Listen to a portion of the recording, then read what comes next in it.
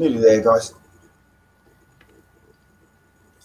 Hello, we're live. How's everyone doing? We're up for another year. So we got the one and only Tony Harnell with us today. How you doing, Tony? I'm great. How are you guys? Yeah, man, Great, really Tony. good. Thanks for having me. Yeah. Yes. So, Good to meet you, Tony. Yeah, nice to meet you. So yeah, we're all here, and we're talking about 1987. That's why Tony's on here, because we actually vote, Tony, every week, like every month leading up to our next show. We vote for our favourite albums of that year, and that's how we choose our albums. We don't do it on the most sales or anything like that. We just say, what are your favourite albums, and then if they're chosen by us, and then they become the ones we talk about. So we got plenty of votes for Tell No Tales. It was one of the top albums, and it was going to be one of the last albums we spoke about. But seeing as you're here, you can talk about it. How's that for a few minutes? So Tell No Tales. Well, what do you want me to say? I mean, it was obviously. Oh, we got a bit of somebody. Yeah, it's all right now. It's all right there. All right. Go on, sorry, Tony. It's the Russians. Yeah.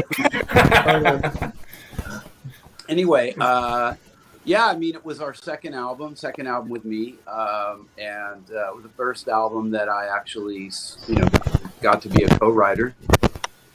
There's still some. We've got some interference there. I think it might be coming from Jonathan, is it?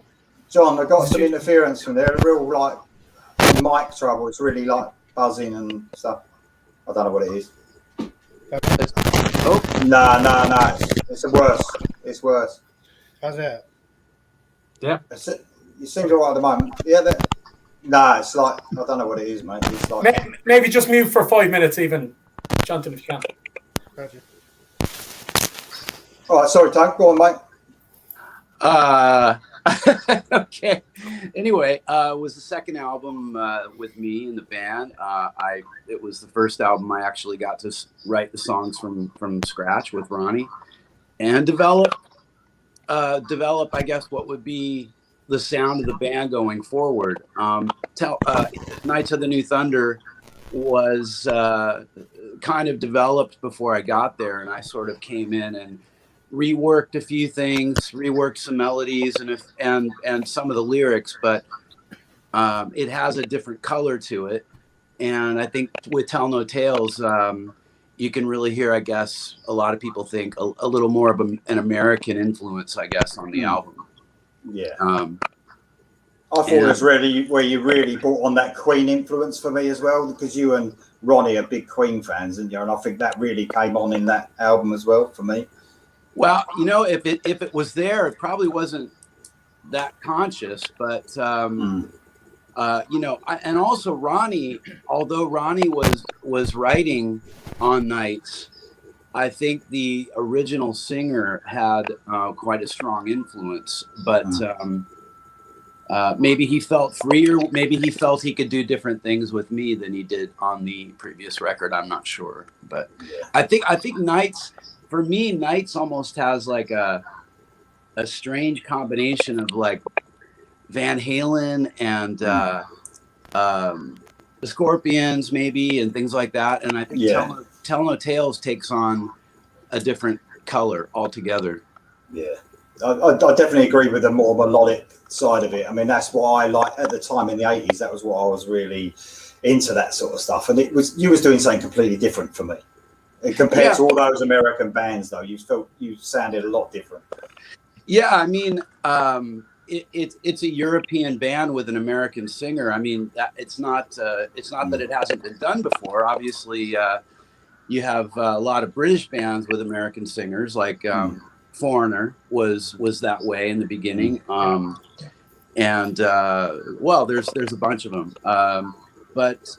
Rainbow with Joe Lynn Turner, you could consider in many ways. I mean, I guess there were a few American members in the band, but Richie is so English that I think really when you think about the combinations of the writing, you think about the European or British guitar player or with an American singer or vice versa, and you automatically get this kind of interesting combination of influences that I don't think you would get if you had the whole band be European or the whole band be American. Definitely not. Yeah. Definitely not. So how well did it do sales wise, mate, compared to your other albums? Tell No Tales. Well, it was a smash in Norway. It was #1 for weeks.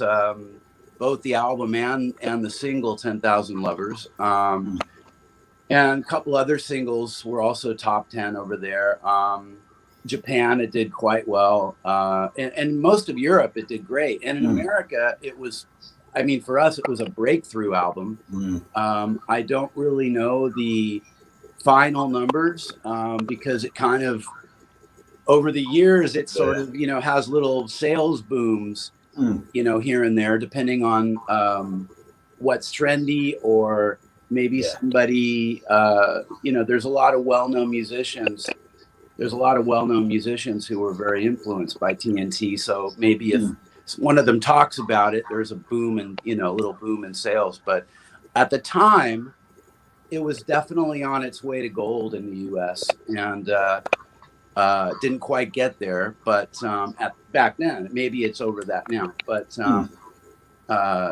the label, instead of wanting, the biggest sort of thing we look back at on that record was the fact that so many bands were putting ballads out, and that was really kicking all of those albums into gold and multi-platinum status. And we had 2 ballads on the record. We had Northern Lights and Child's Play.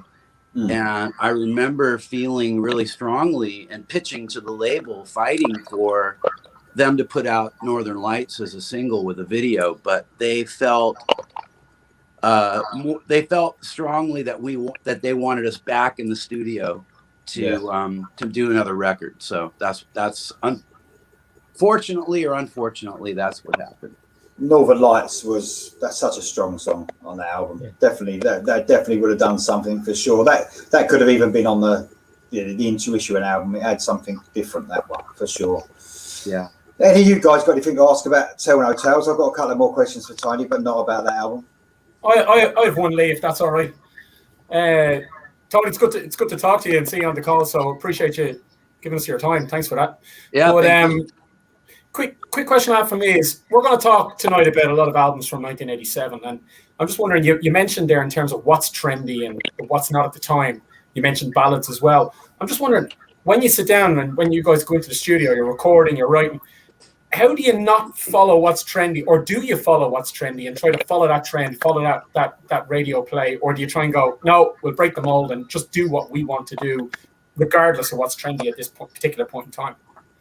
Well, the interesting thing about Tell No Tales was it's kind of a combination of us doing totally what we want, like songs like Desperate Night or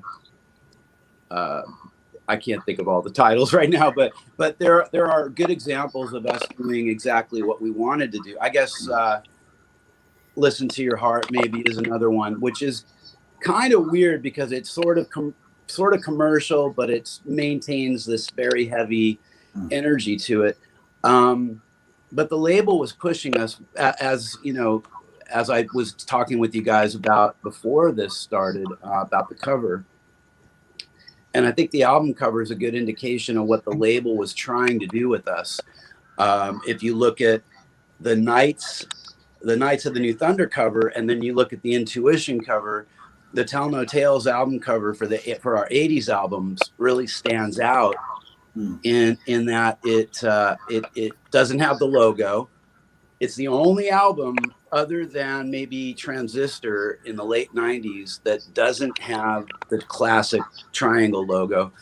And that was on purpose. The label wanted us to appear, I guess, to appear more like a pop band, a pop metal band, you know, which was trendy. So to answer your question, they were pushing for hits, and we were sort of resistant, but we knew we had to play along, and so sort of trying to do a bit of both, I suppose. But I think now, Tony, for me, you're sort of doing what you want, ain't you? more now? It's like as you get older, you're probably doing. Sometimes, you know, Yeah. I have had years and stints where I do exactly what I want to do, and those tend to be more difficult records to find. But Yeah. you know, sometimes I think as artists, we do, especially if we maybe didn't have as much success as others. We do have to at times do music that maybe we don't 100% feel connected to in order to pay the bills. You know, Yeah. I hate to be honest, but you know, I don't hate to be honest actually, but that's the way. Hey, you guys want to ask Tony anything else before I do? Yeah, is my mic okay? Is it feeding back or anything? I think it's just it seems to be clattering around a bit, mate. I don't know if it's touching something or I'm not really sure. Yeah, somebody's really crackling there. Yeah, yeah. It sounds like it's like brushing against something, you know, like when a microphone does sort of thing or something like that. But I don't know. I'll just your Judas Priest cover, man, Before the Dawn. Absolutely loved it. What you got lined up next? Anything you can tell us? You know, I it's funny. I kind of that was a fluke. I did it in my, I did a storyteller show in Europe in 2019, and that was included because part of putting that show together was showing my early influences and how that led to, you know, me being in TNT and so forth, and the kinds of things that I was, I guess, learning from in many ways. I mean, that's kind of how it is for an artist. You learn from a lot of other things, and then you start making your own music. So the storyteller show really painted a picture of, you know, my very early influences like the Beatles and things before Judas Priest, and then finally leading to, you know, to Judas Priest. But I you know, I didn't want to be like every other lockdown artist and just start putting out singles. And now it's not even really lockdown in most places anymore. I think we're coming out of that. But I have a few things lined up that that I may put out if they come. It's always if they come out okay and I like them, you know. Anyone watching this, just check that out. Before the Dawn. It's great cover. Just before you go, mate, I just want to ask how you do vocal coaching. How your vocal coaching course is going? The course is going okay. Yeah, it's going really quite well. Considering it's not it's a very special course. It's I sort of pulled back from doing a lot of one-on-one coaching. It just got to be very difficult to keep organized the way I wanted to. But I love the course. I love what I've been able to do for singers with it, and I'm you know, very pleased with how it's going. I have singers of all levels. I have professional singers working on records, and I have beginners. So it's a wonderful course for anybody that wants to be a better rock singer. It's just go to the rocksingersociety.com and you can find out all about it, and you can even book a call if you're serious about it. You can even book a call with me and find out more. I was going to say, if anyone's serious on it, I mean, apart from Jonathan's got a pretty good voice, but there's some guys on our group here that try and sing. We could do a few. We could, but no. Hey, Lee, So before he goes, as the resident musician producer of the group here, I just want to speak from that point of view about what you did with TNT and that album particularly. That was a very formative time for me as a musician because I was a teenager at the time. And I remember when that album came out, and I remember thinking, you know, comparing it to your contemporaries and all the other bands of that era, you guys really juggled the ability to have that technical prowess while keeping the commercial element of it. So I know from being a musician and being a producer how difficult that can be, especially when you're getting label pressure and such. I think that you guys handled that extraordinarily well. Obviously, Ronnie's an amazing guitar player. He sure is, yeah. A phenom.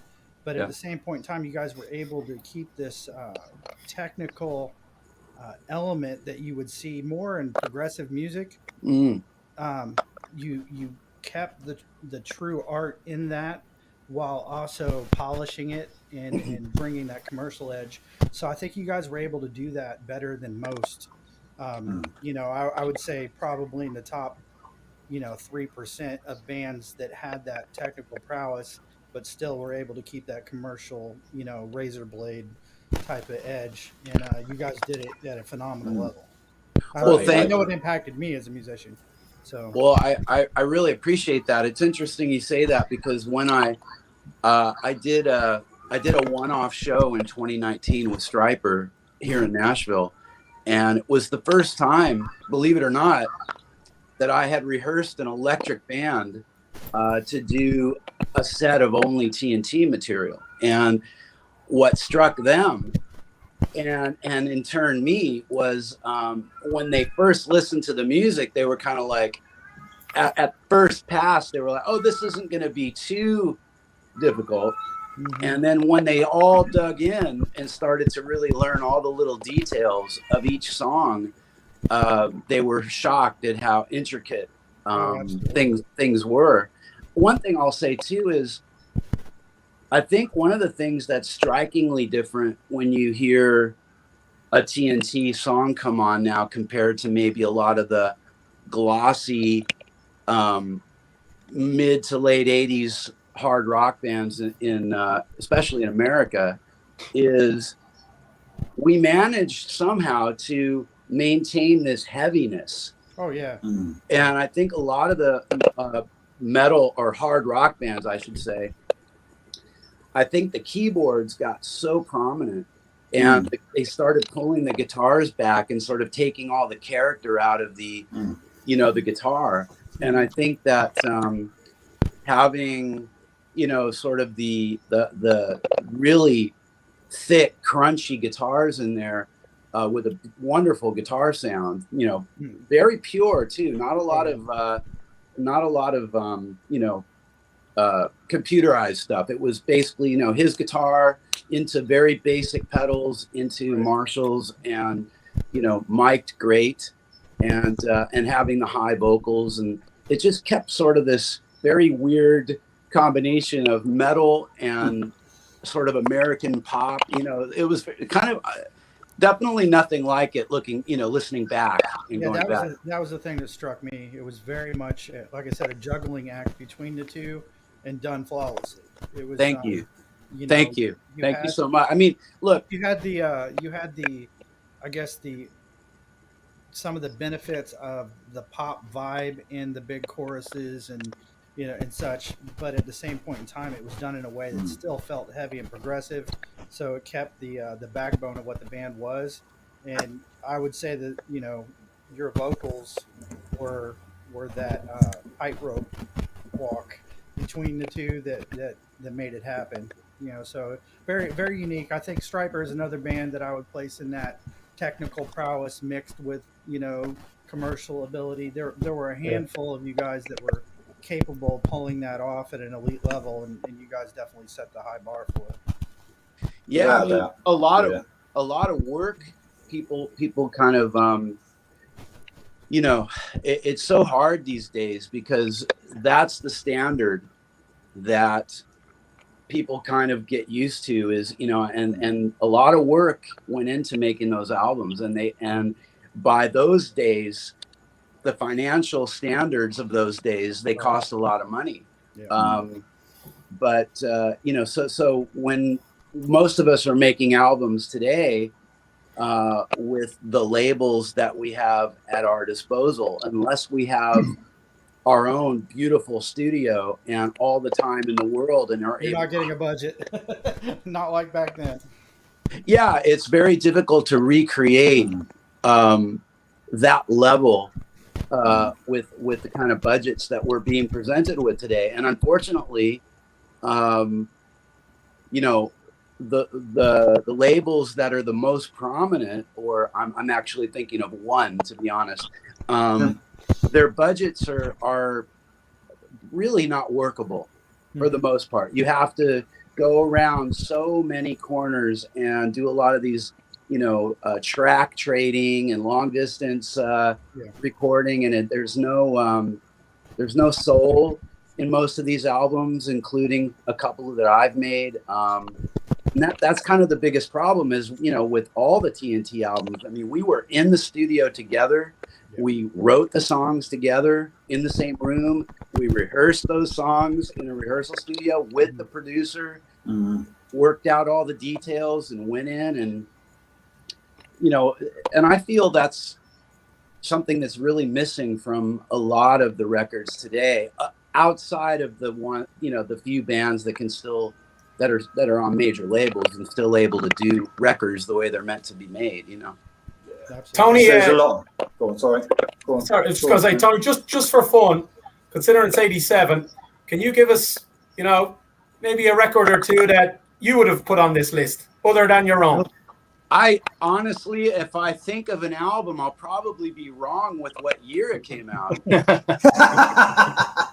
I don't remember what other albums in our category were out. I think that the tour we were on with Stryper, I'm pretty sure that To Hell with the Devil came out in '86. It did.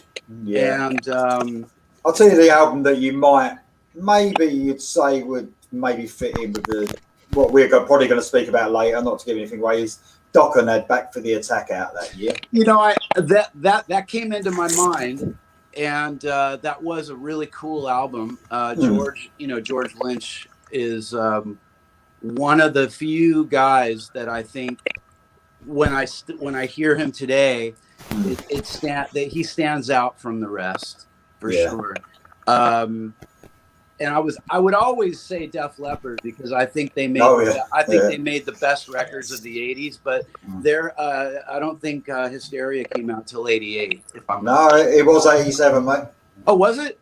Yeah. Oh, well then, are you sure? Yeah, you're probably right. Yeah. I mean, what I do know is that I just feel that record, Hysteria in particular, and Pyromania.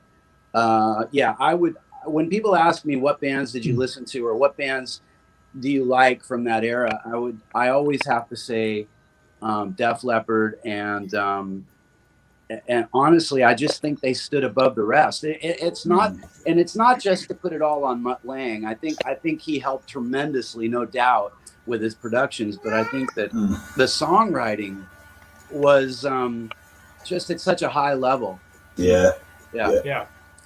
Brilliant. Absolutely. And the guitar playing, I liked their guitar playing, and I still like it better than most of the bands of that era because they weren't over the top trying to play fast. They played with a lot of taste, and they had great tone, great vibrato, and just the whole package is amazing.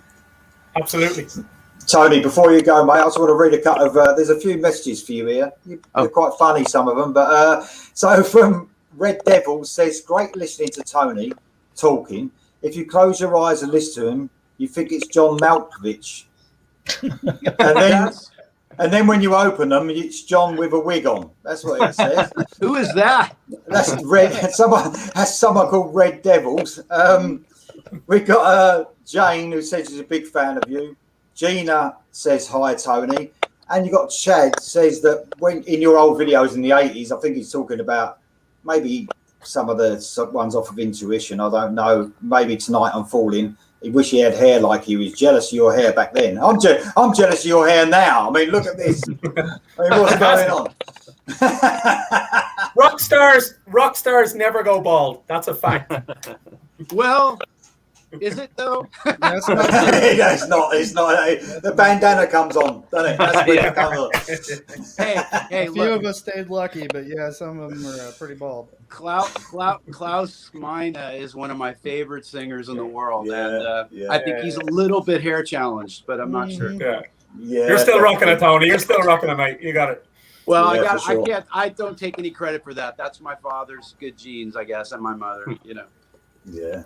Listen, man. Thanks so much for coming on. Thank you very much. Mark. I was just going to say, Tony, I actually saw you guys on that Stryper Loudness tour.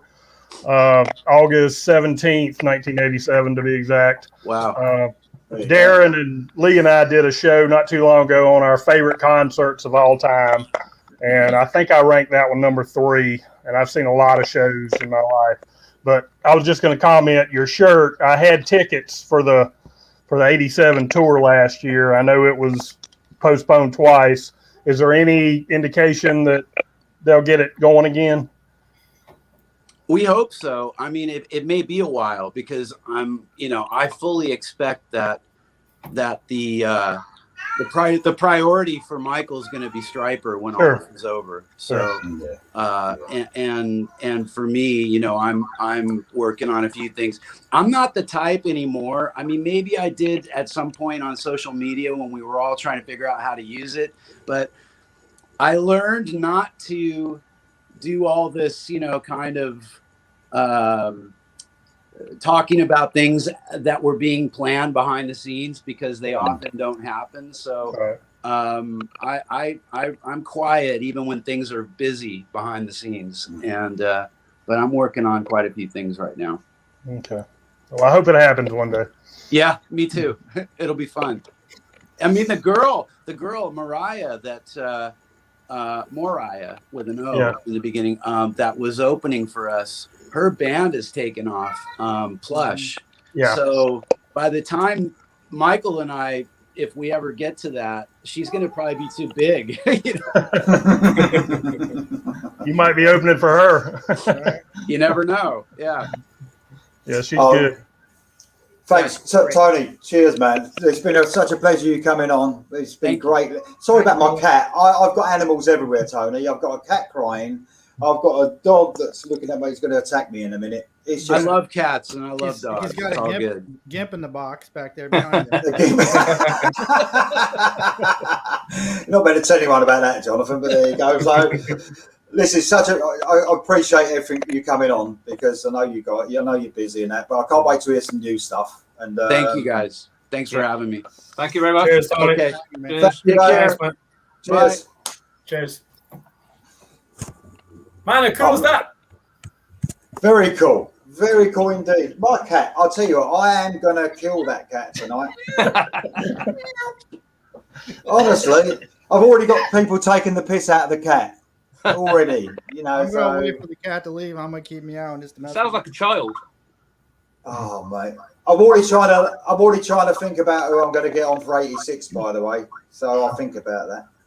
So I've got to work on it, haven't I? I'm looking forward to 83 when Steve Perry comes on live. Well, we can always try, mate. We can always try. You've probably got more of a chance of getting him on than I have. So there you go. Right. Okay. So we're talking about 87. This is going to be. We haven't got Bryan here, so Bryan might make an appearance. He sent me a text. He said he's probably not going to make it. Oh, okay. Right, okay. We're going. I don't know about you, but I'm going to leave and get a beer out of the fridge. Yeah, cheers. Yeah, 2 minutes. I'm going to go for a leak. Everybody's just reaching off screen like. Whoever's watching. We can't all leave. Give us 1 minute, and we'll be right back. Watch the gimp in the box. It's going to. Yeah.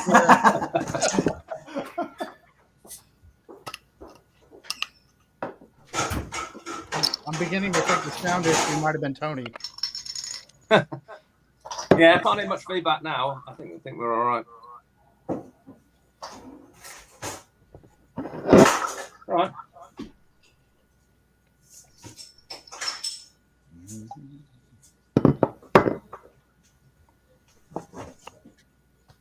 Cheers.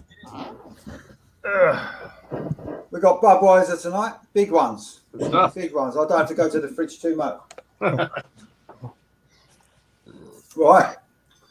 Okay. Oh, we're missing Jam and Darren at the moment, but that's all right. Women cats. Yeah, I don't know what's happening with the microphone there, mate. It's a little bit, I don't know, it's like it kept rubbing on something. It was clanking. I think it might have been Tony's. Oh, it might have been. Do you hear it now? Because I don't hear any static now. There's still a little bit of it. Yeah, a little bit. It did calm down though after a little while, but might just be so many people on at the same time. It could be. It could be. There's something. It's not too bad. It's sort of like It's happening now, whatever that is. No, it's not. Are you using a mic, Jonathan?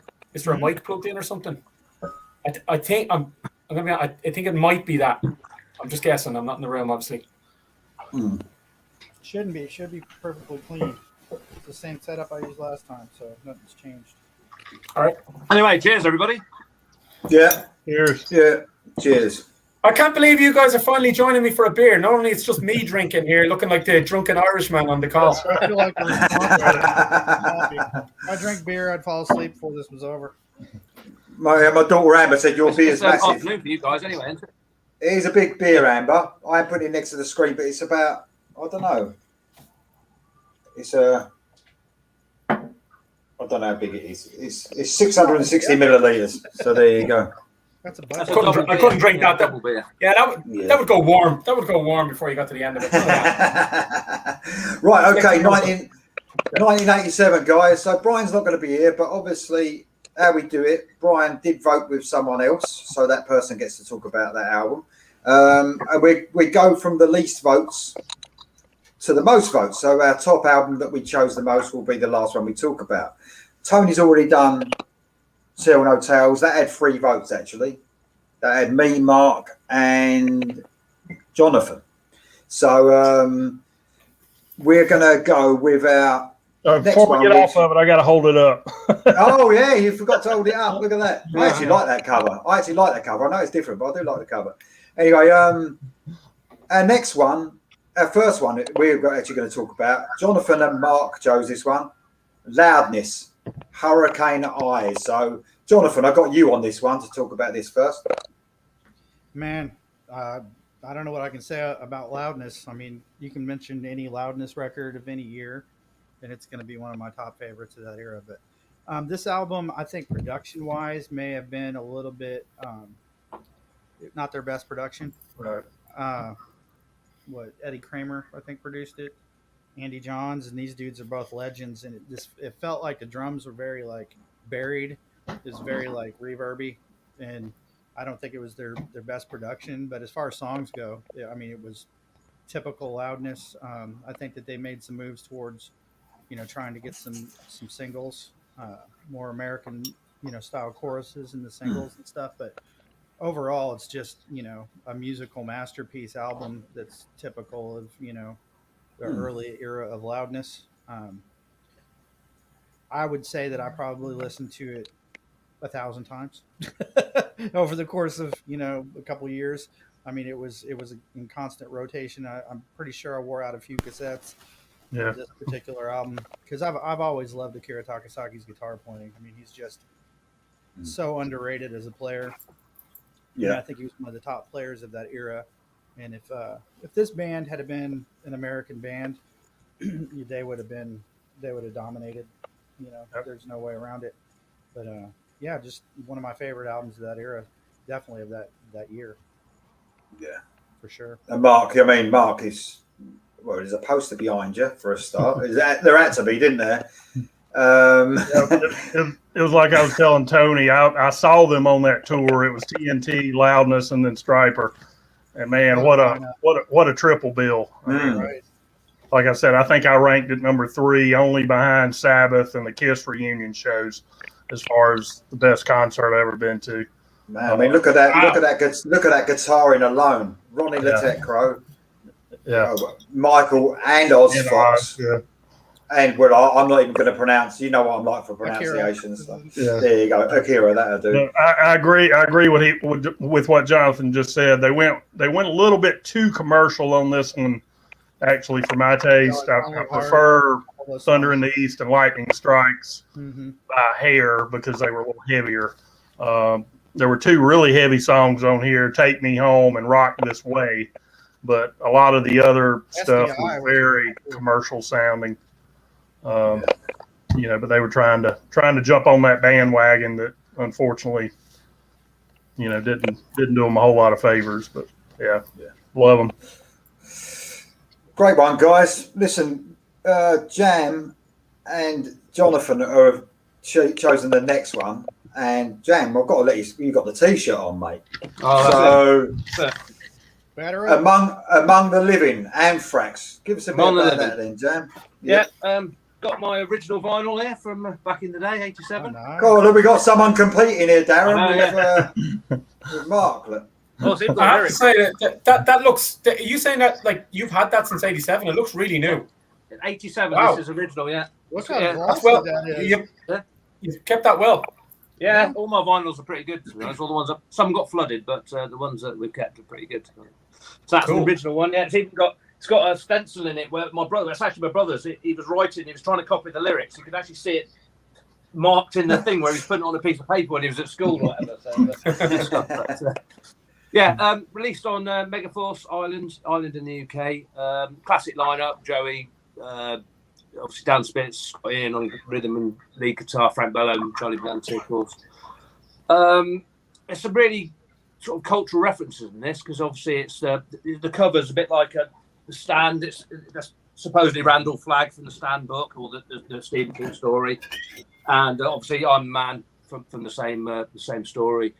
And obviously there's Judge Dredd on there as well in I Am the Law. You know, there's some good cultural references. But I think about Anthrax. A lot of people might think they're a bit jokey, but I mean, this album is a proper thrash album. There's no jokes on here. It's a proper metal album. You know, they had some humour with them. They enjoyed a laugh, like you know, they took themselves seriously, but not too seriously. And you know, certainly this album has got nothing like that on it. And I think one of the things is the term mosh wasn't around until these guys. I mean, I think it came from the punk era, and they obviously loved their hardcore punk. But I mean, from now on, even rock, pop bands they call it a mosh pit, but these guys, where it came from, this is where it started. Do you know what I mean? Yeah. Let alone inventing rap metal, which they did as well. But that's a different story. So it's a great album. I think for me, the first 6 songs on the album. I was trying to pick out my favourite songs, but the first 6 songs: Among the Living, Caught in a Mosh, I Am the Law, F a Nickel Fesson, Nice Fucking Life, Skeleton in the Closet, and Indians. I mean, they're all classics, And there's only 3 other songs on the album, so yeah, one of the best albums to make. Jam, can I? You know me. I love the vinyls. Can we have a quick look inside that? What's the inside sleeve like there? Yeah, it's got the lyrics. Cool. And then you've got the boys, Sweaty and yeah. Cool. See, Very cool. I'm gonna put a bit of a negative spin on this one. I'm afraid for me. Oh. So like, I love Spreading the Disease album. I thought it was absolutely brilliant, and I was really, really looking forward to the next album, Among the Living. And I just think that, for me, production-wise, it let me down for a start, and I just think Joey Belladonna's vocals were nothing like they was. I was expecting these real screams that he was doing. Like on that Spreading the Disease album, his voice was so powerful, and some of the heights he was getting to on that heavy music, you know, because anyone who knows me now, I like a little bit of thrash, but I love it when they've got great singers, you know, and he just was fantastic on Spreading the Disease. And he sort of seemed to stray away from that on that next album. He wasn't screaming to the heights like he was on the last one, but I've grown to like it more now than I did back then. I think I was more disappointed in it then, if you know what I mean. But as you get older and you hear it. But I love the new Anthrax stuff. I think the last 3 albums have just been fantastic. You know, only my opinion, obviously. I was more of a retro. I heard this before I heard Spreading the Disease. So for me, this was, and I probably actually heard State Euphoria before I heard this. So for me, I was going slightly backwards. But I mean, the production on it isn't great, I don't think, but the songs stand out for themselves. I honestly, from a production point of view, to listen to it now, it sounds like crap. I mean, like if you listen to it now, that's very demo-ish, but I honestly think that that's what they were going for. Yeah, for sure. They were trying to bring some of that punk edge into the production. It just sounds really raw and really unpolished, really dry. I kind of agree with what you're saying, Lee, about the vocals. I've never been like a super fan of Joey's vocal. It worked for them. I mean, to me, it's kind of the same thing as Red Hot Chili Peppers. You know, he would not fit in any other band. You know what I mean? Like, if you put Anthony Kiedis in another band, and it just would not work. But it fits perfect for what they do. and I really feel that way about Joey. He's just the perfect fit for the slapstick nature, how they don't take themselves too seriously, and there was a lot of barking, kind of high barking, out of his vocal compared to the longer singing notes, holding out notes and stuff like you were talking about. So, but it definitely was more of a punk delivery. And the feel of the production was more raw, like you were listening to them at a club or something. So I think that's what they were going for. I don't particularly. Oh, for sure. I don't particularly care for it that much in that respect. The album's great. I mean, the songs and everything are all just amazing. I think a live recording would have made me happy. Yeah. Ethel the Confessor, Nice Fucking Life. I mean, you would have thought you could get that to sort of rhyme, would you? I mean, it's just genius, isn't it? I just thought it was a German word. You know what I mean? Right. You just don't think about it. Right. Brilliant. And it's fun, man. They kept it fun, and they weren't taking themselves too seriously. And back then, everybody was taking themselves too seriously, Yeah. And they just they didn't do that. But I think their latest material is some of the best they've ever done. Yeah. I absolutely love it now. I think it's brilliant. And they're brilliant live as well. Brilliant live to see. Yeah. Great. Yeah. Lee, Great. Lee, Yes. Lee, have we any beer emojis in the live chat? Is anyone joining us on a Saturday night for a brewski? Yeah, all right, guys, let's do some. I've had a few people, like I said, talk about the cat. I assume Lee's cat is a hairband kind of cat. We've got someone, Gina's giving the horns for Anthrax. Red Devils saying Sleeves just checking to see, obviously talking about you, Sleeve checking to see if it is a legit original vinyl. We reckon you're checking to see if it is. Yeah, well, Red Devils is my good pal, Alan Hipple, big rock fan, good lad. So he's clearly chipping in for a few comments, including one on Tony earlier on. So he's good lad, Oh, good. Alan Hipple, yeah. We've got Gina who seems to join us every time. So hello, Gina. She's agreed with me actually about the Anthrax album compared to Spreading the Disease. Someone bumped into Scott Ian on the streets of Dublin a few years ago. That's interesting. He's a guitarist, Darren, out of Anthrax. So that's quite cool. Claire. So Claire Beth, that's your sister, isn't it? That is my sister. Oh God. Darren's got a bit of a chicken and egg situation going on. Which came first, his John Lennon haircut or his John Lennon sunglasses? Yeah,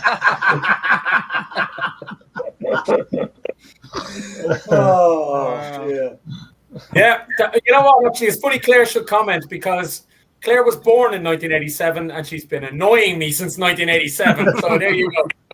I thought you'd actually just got back from a tennis match, to tell you the truth.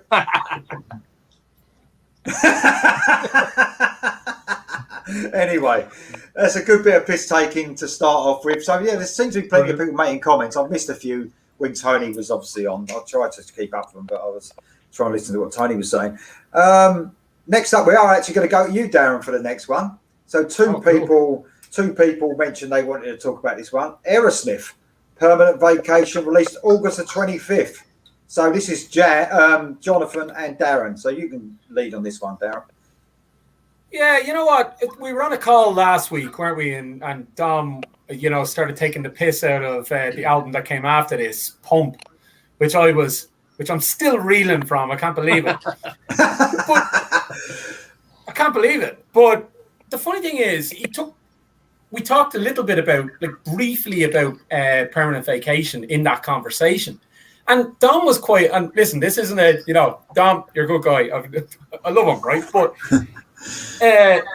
he said this album was all right. He said, I'm all right with Permanent Vacation, but Permanent Vacation is almost a precursor to Pump because Permanent Vacation had songwriters. It was the first time Aerosmith had songwriters come in with them. You've got Desmond Child, you've got Jim Valance, you've got external songwriters coming in here too. I mean, Dude Looks Like a Lady, that pretty much could have been on Pump as well, and that's an absolutely top tune from this. So I just wasn't sure. I was a bit confused over that as to why he had such a problem with Pump, but he was all right with Permanent Vacation. You really have been thinking about this too much.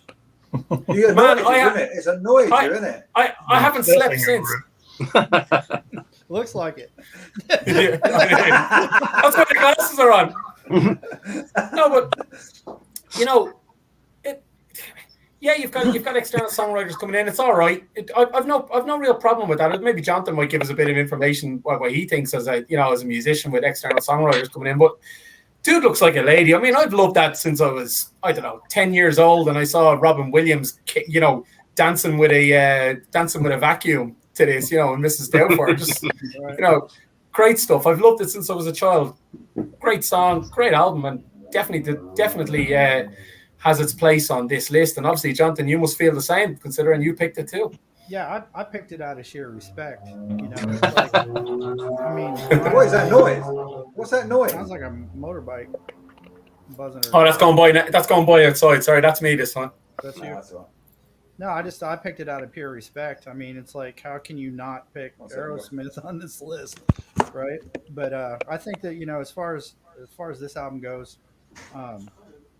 you can place it wherever you want with Aerosmith albums, but any of these albums were just monster albums. No matter how they pulled it off, whether they brought in writers or whatever, you can't say that wasn't a monster album. It wasn't a huge hit. As far as you said, what my take is on external writers, I would never do that unless I was collaborating with somebody and co-writing, just for the sake of doing that, the enjoyment of collaborating, with someone. But I would never bring in a writer and have them write for me. But then again, I've never had a platinum record.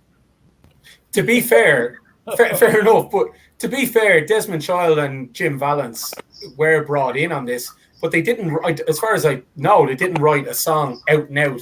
Mm-hmm. Just them. It was as you said, it was a collaboration with them writers. They came in.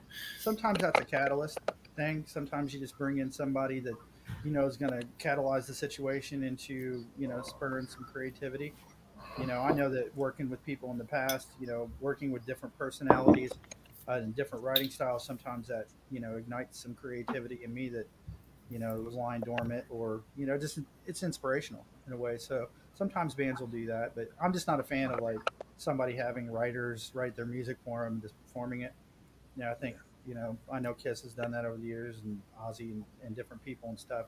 I've just never been a huge fan of that. I mean, it's worked for them, obviously, on a commercial level, but as an artist, I feel like it's kind of cheating a bit, unless you're doing it just strictly because you want to collaborate, or the record label's pushing you. Yeah, which as you're finding out through talking to artists and people in this world, there's a lot of pushing that happened back then, especially and throughout that era and in the 2000s, all the way through the 2000s, before the labels started losing their power. But they were. I mean, there's constantly that push, write hits, do this, do that, look a certain way, act a certain way, and to be honest with you, you can see where it got the music industry. It just pushed it right into the toilet. You see what it looks like when they control everything. Yeah, you're right, Lee. Look, I'll bookend this album. Look, to be fair, right, Dom has a point, right? When you go back to Aerosmith, being serious, right? When you go back to Aerosmith in the 70s, right? I know what Dom's getting at. I get it, right? I get it. This, anything post Walk This Way, any album they released after that ain't Aerosmith of the 70s. I get it, right? But for me, I still love it, so I can't. If you like it, if you like it, yeah, exactly. I like both eras. I love the purity of the 70s and Aerosmith. They were effectively Aerosmith and they were kind of the American Rolling Stones, weren't they? They had that kind of thing going on in the 70s, and not just because they looked like Keith and Mick, but even the flavor of the sound. It was very Stones like in the 70s. Very different to Permanent Vacation, Pump. I get it, but I think you can like both, But I do get what Don was saying in terms of the purity of it of the 70s. Aerosmith and Metallica kind of followed the same trajectory in that there are two eras of both of those bands. There's old Aerosmith and new Aerosmith, and then there's old Metallica and new Metallica, which they're not the same band. I mean, it's the same musicians, but it's a completely different formula, style. Everything is different. Great. So many bands have done that complete turnaround. Scorpions, Journey, they've all done it. And you just like what you like, don't you? As simple as that. Yeah, but or you can like both. Yeah. You can. You can like Of course you can.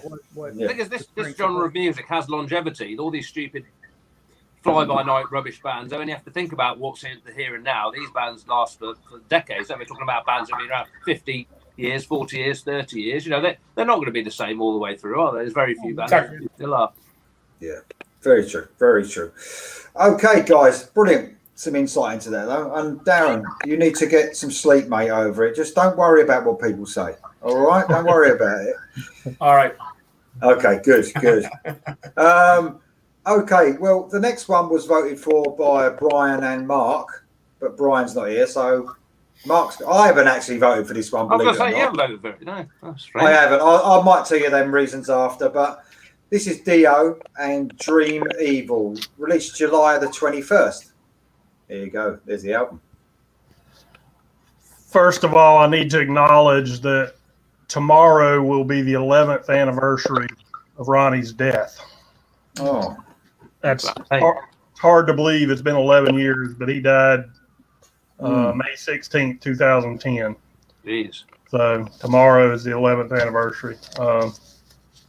You know, that was just a huge loss to the metal world. yeah. Never be another one like him. No. I love this album. This is actually my favorite Dio album. I know Lee doesn't like this album as much. I don't know what it is. I just the standout songs on this album I just absolutely love. All the Fools Sailed Away, Naked in the Rain, I Could Have Been a Dreamer. I love those songs. This was the first album with Craig Goldie. You know, he was a different style of player than Vivian, but I thought he fit in well. Anyway, Yeah. I mean, listen, the thing is, I could myself choose a Dio album every time one come out, and I don't think that'd be right. I want to, when we get to these choosing albums, and there'll be someone later on that you thought I might have chosen, but I'll probably end up choosing the ones that are my favourite from that band. You know what I mean? Rather than every time they bring an album out, I'll choose it. But it's your favourite album, that's why you've chosen it. But for me, it was a bit of a decline. And I feel guilty almost saying it because he's my favourite singer of all time. But I almost feel guilty saying that I didn't like it that much. Obviously, you had those. Look at the run Dio went on, not just with Dio, but from the first Rainbow album. Yeah. 3 Rainbow albums. Yeah. 3 amazing Black Sabbath albums, including a live one. 2 absolutely amazing Dio albums. How many artists have had a run like that? Yeah. You know, and then obviously then he started, for me, after probably Sacred Heart, and then he had a few dodgy albums. With Craig Goldie, I like his playing. I wish he would, I've said this to you as well, I think, Mark, I wish he would go off more of riffing and do more intricate stuff. Like Vivian Campbell did on those first 2 albums. He would riff and then he would go off and play like a mental solo bits through the song. A bit like Matthias Jabs, the Scorpions, you know, all those little. And I think for Craig Goldie, he was very rhythm based, wasn't he? A bit like Tony Iommi, probably. Very rhythm based until you get to a solo. But it's another album I appreciate more than I did then. But I think the reason I rank this album so high is, I got to be honest, I didn't care too much for Sacred Heart. I didn't think it was nearly as good as Holy Dive or Last in Line. It wasn't. No, I thought it was a big step down, and to me, this was a big step up from that. If Sacred Heart had been great, I might not rank this one as highly, but I know there are people probably throwing shit at the screen now that love Sacred Heart, but you know, we've all got our opinions. But it's weird with Sacred Heart because I loved it as a kid. I absolutely loved it, but now I see the fault in it. Yeah, I like the title track. That's really the only song on the album that really stands out to me.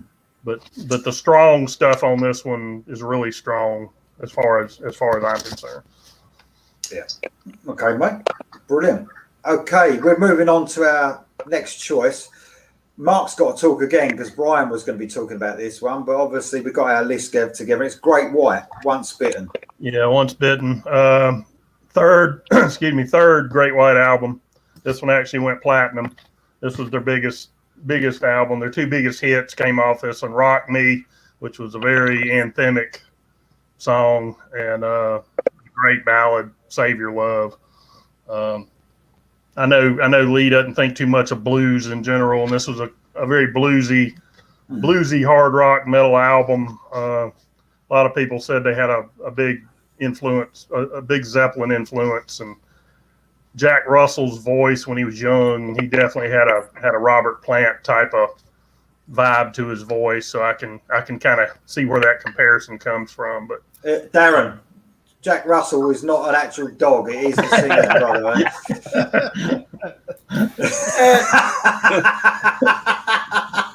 Lee, I do know that, and in other news, here in Ireland, we have fucking running water as well. All right. Sorry, I forgot you like Great White. White. You like Great White. Sorry, Darren, I apologise. I forgot you liked it, didn't you?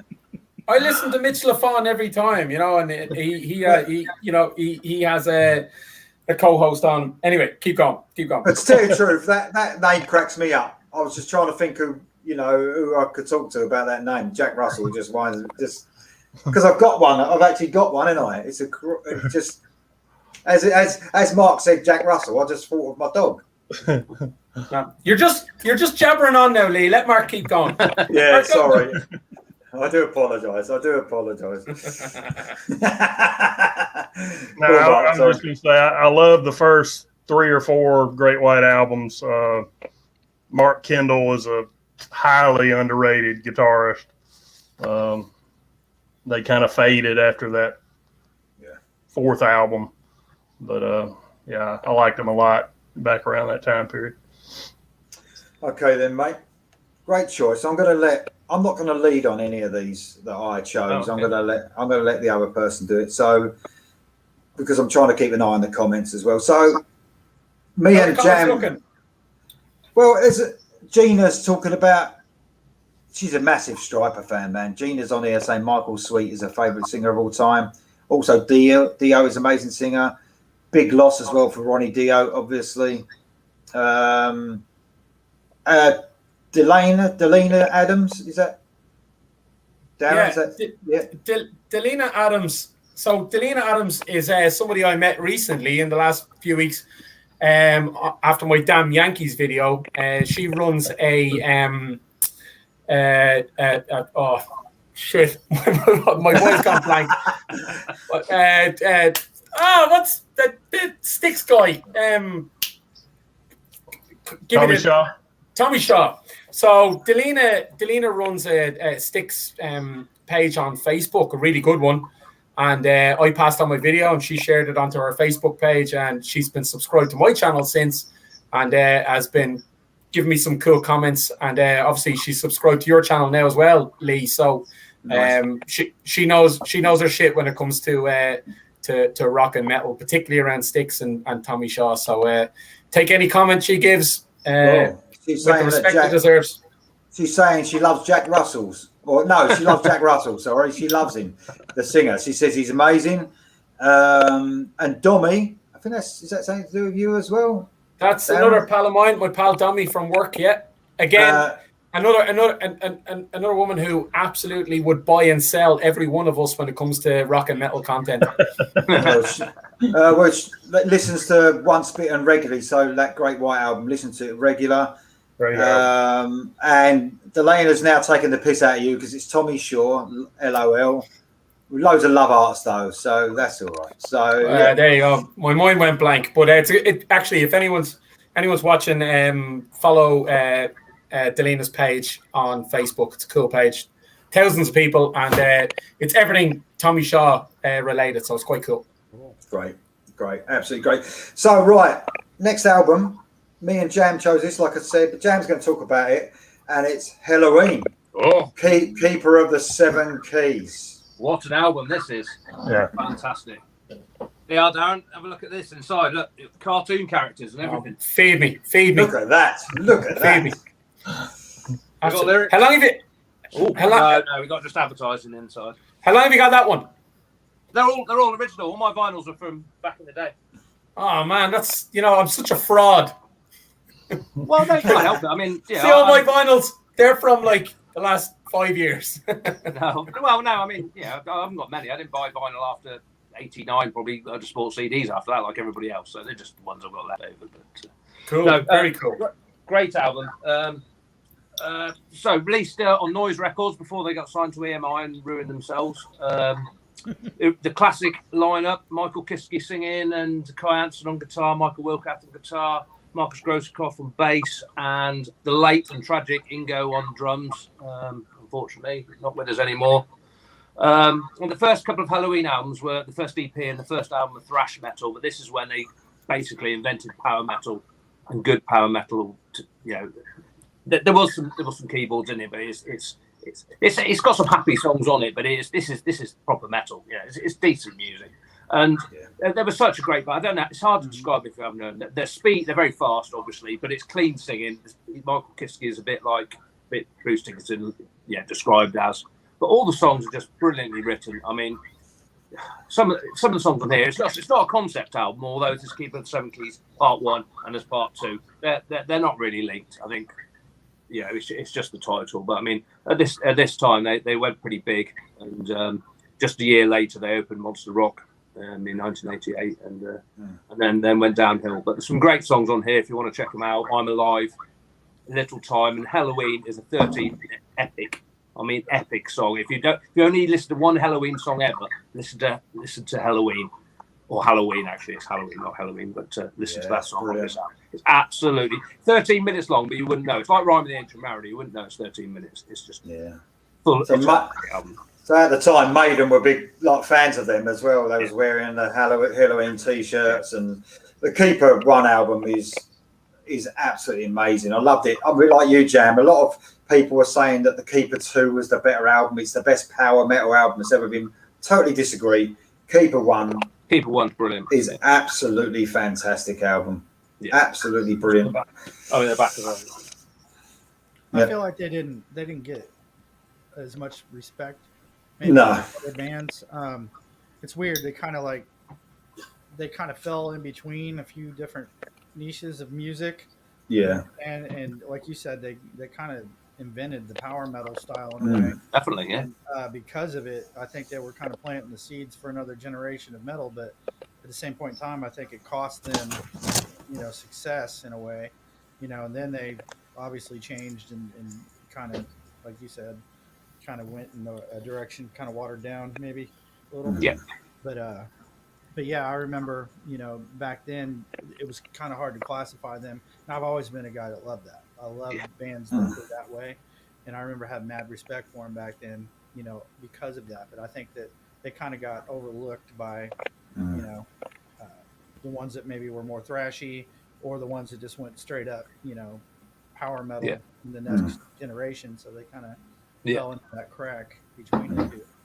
They got a new album coming out as well this year. So yes, they've got They got quite a lot of respect in Europe because obviously they're German. We liked them over here. They were big, but I don't know about maybe not such in the States, but they've definitely shot themselves in the foot after when they got signed to EMI and released rubbish. But yeah. Sorry, they've got a new album coming out, and the reunited lineup's back with even the singer they had after Michael Kiske, and they've got a new album out, so it sounds good. So check it out for when it comes out, hopefully. Yeah, in a couple of months' time, a month or two, something like that. So yeah, looking forward to that. Right, the next album me and Mark chose, and this is actually my favourite album of 1987. Oh. So, yes, Lizzie Borden, Visual Life. I chose that. Yeah. Did you choose that as well, mate? Oh, sorry. You did. Sorry, mate. So 3 of us chose this one. So we're running a bit early on this one, though. But Lee, can I just ask one question, just very briefly? Yeah, why do I fuck this up all the time? Yeah. Mark, are you throwing a lime into your Corona? Or are you going naked without the lime? Where are you at? I've got a few limes here, just to throw them in. I've got an ice bucket here, a few beers, and a load of limes. So I was just wondering if you had your limes going into your beer, but that's good. I'm glad we cleared that up. Sorry, Lee. It's in there. It's in there. I don't know if you can see it, but it's in there. All right, cool. Just important business to get out of the way there, Lee. Are we drinking it ironically, or is it you just like that beer? No, I love that beer. All right. Pre-pandemic, I love that beer. Oh, that's right. You know why I didn't put it on your list, mate? Because you said it was an honourable mention, so I think I missed it. It was at the bottom. But seeing as you've chosen it as well, and Mark's just spoken about another album, why didn't you go ahead with Lizzie Borden Visualise then, Jonathan? Honestly, I think, as far as a production goes, obviously Max Norman produced that album. It's a killer production. I mean, it's monstrously big. Like even now. The tones are real big. The weird thing about Lizzie Borden in this album was they were obviously pushing for commercial success, like big choruses on every song, just sing-along choruses and everything. And I'm thinking to myself, like, Ray Charles could have seen the situation here. You've got this massive production. You've got these super poppy choruses, solid songs. You've got all the stars aligning. Then you got this dude dressed up in metal face paint who looks like he just stuck his head in a microwave. And there was absolutely nothing commercial about the band from a visual aspect. So it's like, visually speaking, they were going for shock rock, and the music wasn't shock rock. They were trying to get mainstream success, which was never going to happen. You know what I mean? It's like, it was this weird stuff. Like, who was counseling these guys, advising them back then? Like, how they gone the pretty boy route with these songs, these skills that they had, they would have been huge. You got all quiet, John. Oh, yeah, it's all right. It's like, it's the shock rock thing. Yeah. And they stopped doing the shock rock thing, but they kept the image and the name and all that. And I think it did them a huge disservice because they had the musicianship, the production, and the songs to be much bigger than they were. I mean, Gina put a good message on it. 87 was a big transition stage, which we've all been saying. It was a very strange time where we'll notice as we go back on the next one, the heaviness starts coming. The late 80s was very, getting very commercial, wasn't it, altogether, really? But, I mean, I love this album, man. I mean, it's easily my favourite Lizzie Borden album. And I think with the production, like you said, Jonathan, on the early albums, on the early Lizzie albums, he's got a great voice, Lizzie Borden, but it was almost too tinny. His vocals were recorded. It almost hurt the ears on the high notes sometimes. Yeah. But on this one, it felt so smooth, everything about it. And his voice just shone through on this one. And then the next one as well. I love this album. For my favourite year of that year, easy. My favourite album of that year, easy. Brilliant album. Okay. Joe Holmes was the one of the guitarists on this. And, of course, he later went on to play with Ozzy for a while. And I actually saw Ozzy with Joe Holmes. And he was a blistering guitarist. Yeah. I really wish Ozzy had recorded with him. But they worked up some songs, and then Zach ended up coming back before it could happen. But, yeah, he was a brilliant guitarist. This was his only album with Lizzie Borden, but he was definitely a guitar god in the making. He just didn't get the big breaks. No. Great album, absolutely fantastic. The next one, Mark, one of your favourite bands, I think, Mark. I'm not really sure. Yeah, I like them a little bit. Black Sabbath, Eternal Idol. If you put a gun to my head and told me to tell you my all-time favorite album, this might be it. Wow. Yeah, yes. Black Sabbath, Eternal Idol, the 13th studio Sabbath album, the first with Tony Martin. Anybody who's watched this knows how much I love Tony Martin. It was originally recorded. Mark? Yeah. Yeah. So we asked you multiple times where you keep all these albums, cassettes, LPs, CDs, everything. I'm assuming you sleep with this one. Like on the pillow next to your head. Yeah, it's under the pillow. Yeah. I can't remember. We've spoken about this album on shows, different shows, and loads of times you've either picked a track off it, or it's just I can't. There's loads of times we've spoken about this, man. You are. There's not a song on this album that I don't like. It's one of the rare albums where I love every song on it. And it was such a disjointed effort because the band was in such. This album was started with one band and finished with another, basically. The only two members that were there for the whole time were Tony Iommi and Jeff Nichols. They started with Ray Gillen on vocals, Dave Spitz on bass, and Eric Singer on drums, and a different producer. And then when it all ended up, you had Iommi, Nichols, Tony Martin, Bob Daisley was brought in on bass, and Bev Bevan was brought back. Really all he did was some percussion. I think they said he added some cymbal splashes to Eric Singer's recorded drums. But it was basically started with one band and finished with another, but just an incredible album. A few years later, or quite a few years later, actually, they re-released the album as a deluxe package with the original Ray Gillen demos on it. So you get the Tony Martin and the Ray Gillen versions of this album. But yeah, my favorite Sabbath album, and it might be my all-time favorite album, period. I was going to ask you about that. Do you rate the Ray Gillen version or not? I mean, I've got it as well. Yeah, of course. You know, the Ray Gillen version that we hear, it's not the finished product. It was a demo. Yeah. So, you know, if it had been cleaned up, you know, it may rank up there as good as the finished Tony Martin album. But, you know, I love Ray's voice almost as much as Tony's. So either way, it's a great album. But, you know, of course, I heard the Tony Martin version first. So that's the one that I go back to. Cool. By the way, Ray Gillen's voice does remain on the finished product. By the way, the song "Nightmare," there's some laughter in there. That's actually Ray Gillen's laughter. They left it there, so that's the only part of his vocals that remained on the finished product. That song was meant, by the way, to be on the soundtrack for the third Nightmare on Elm Street movie. But nice. Oh, cool. No, I was just going to say the price, $3.99, which is about $6. Wow. Yeah, cool. I don't have it on vinyl. That's neat. Lee, just on when Mark mentioned Eric Singer there, I don't care if he's not Peter Criss. Grass Pop 2019, when he sang Bet, me and my pal Dara, who I assume was watching, we cried. We were that song Bet means so much to me and my pals that we played at the end of every beer session we ever have. And me and Dara were live in Belgium.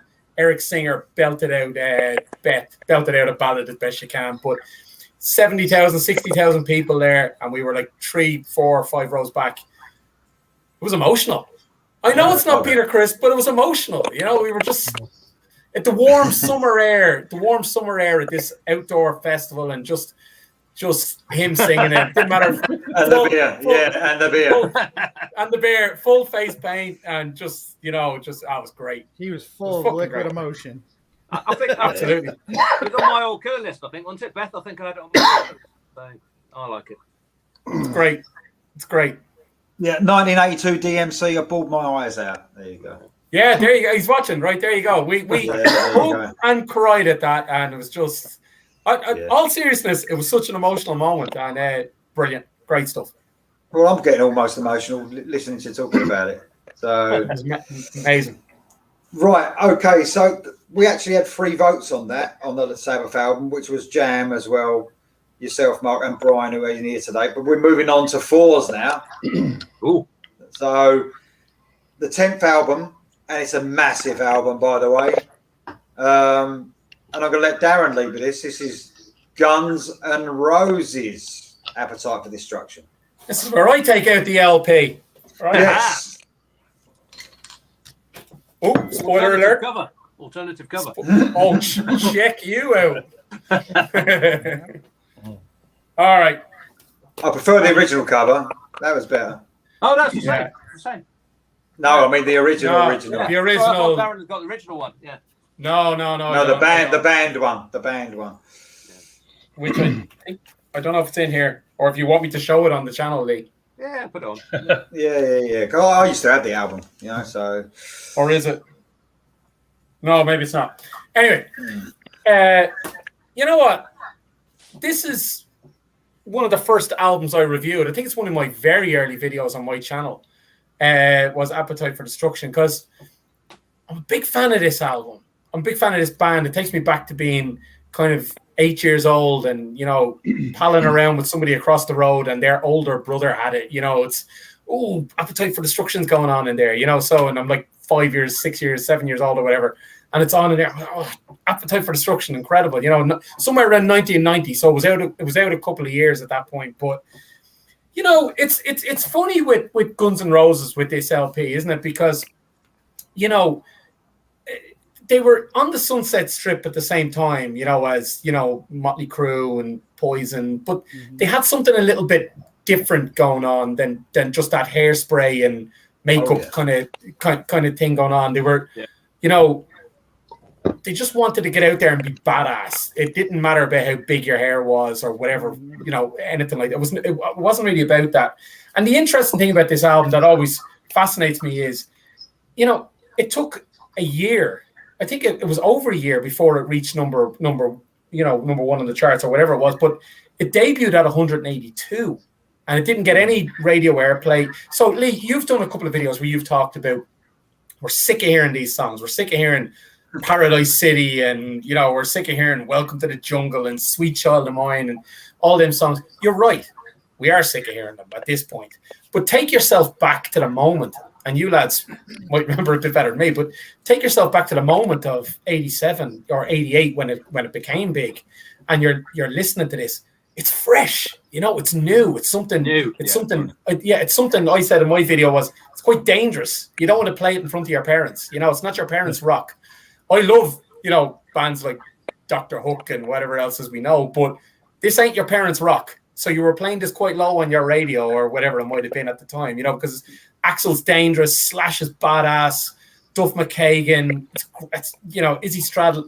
It's just fantastic stuff. You're right, the sleeve cover, there was an alternative, which was, I think that was overruled by the record label. It was, let's say, certainly in 2021, it's offensive. Back then, it was even offensive. So that was obviously pulled. But remember, all I'm trying to get here when I voted for this, and I know a few of us voted for it, get yourself back in that mindset of what it was. We're sick of it now, but it's fresh back in. Well, the thing is, I put a vote against this for sure because of that. But I literally could listen to any of these albums. If you asked me to listen to any of these albums now, that would be the last on the list. That probably would, because I am obviously sick of it, but I do appreciate, and that's why I put my name down against it, because I appreciate what it did. I appreciate how I felt about it at the time, and appreciated what it had done. And it was one of the best debuts of all time. Yeah. I honestly, if it came on now, Paradise City, I couldn't get quick enough to turn it off. Yeah. But I'm not with you on that. The opening riff is amazing. I could listen to it every time. I honestly, I can't. I think I overdid. Some of it's my own fault, some of it. But the thing is, what gets me, I'm trying to understand this thing about overplaying albums, is that how comes I can overplay certain other albums or songs and listen to them and never get sick of them, but some I do? Is it because it's not as good, or is it? It's not that it's been played more than others. I literally can't listen to a lot of those. It's probably because you've only played it when you wanted to listen to it. It's not like it's been forced down your throat when you listen to the radio every 5 minutes. That's what it is. Yeah. I mean, I don't listen when you want to hear it. Lee, I think it's also the fact that you're not big into blues rock. Yeah. This is blues rock at its core. Yeah. So I think that may be one of the things with it. But my feeling on it is it's this album created grunge, and I'll tell you why. Yeah, I agree. I sort of agree. You know, it assassinated the hair metal era because it changed music. It brought this dirty, grimy, raw vibe into the Sunset Strip vibe that the hair metal scene was known for. and basically they just came out with something completely different. And to be honest with you, like Guns N' Roses achieved what they set out to do. They didn't want to be the biggest hair band. They wanted to be the next Rolling Stones. They wanted to be the rock band of generations, and they are the rock band of that generation. You know, say what you want, but you know that album, from what I heard, continues to go platinum every year. Like again, so it never got better. Yeah, they never got better. No, well, this is the only thing about Guns N' Roses as well. I think I get a bit annoyed about what they've done since. Oh yeah, they're a train wreck. You know, because I'm like, enemy, But I mean, to be honest with you, the '90s would not have happened without this album. This what lit the fuse, and not to mention the fact that they knew it, because if you remember who their choice was to take out on tour and all that, it was Soundgarden. They tried to get Nirvana. You know, that they knew that music was changing; it was getting more raw and punky, and they had the perfect mixture on this album of guttural, raw, dirty, back alley rock and roll music that really was. That's where everybody was sick of all the polish. The bands were getting too polished, and you know the albums were getting too polished. All the fluff was getting stuffed down people's throats, and this was the antidote, and it undid the whole era. Yeah, Jonathan's right, Lee, and that kind of goes back to exactly what I said up front on this.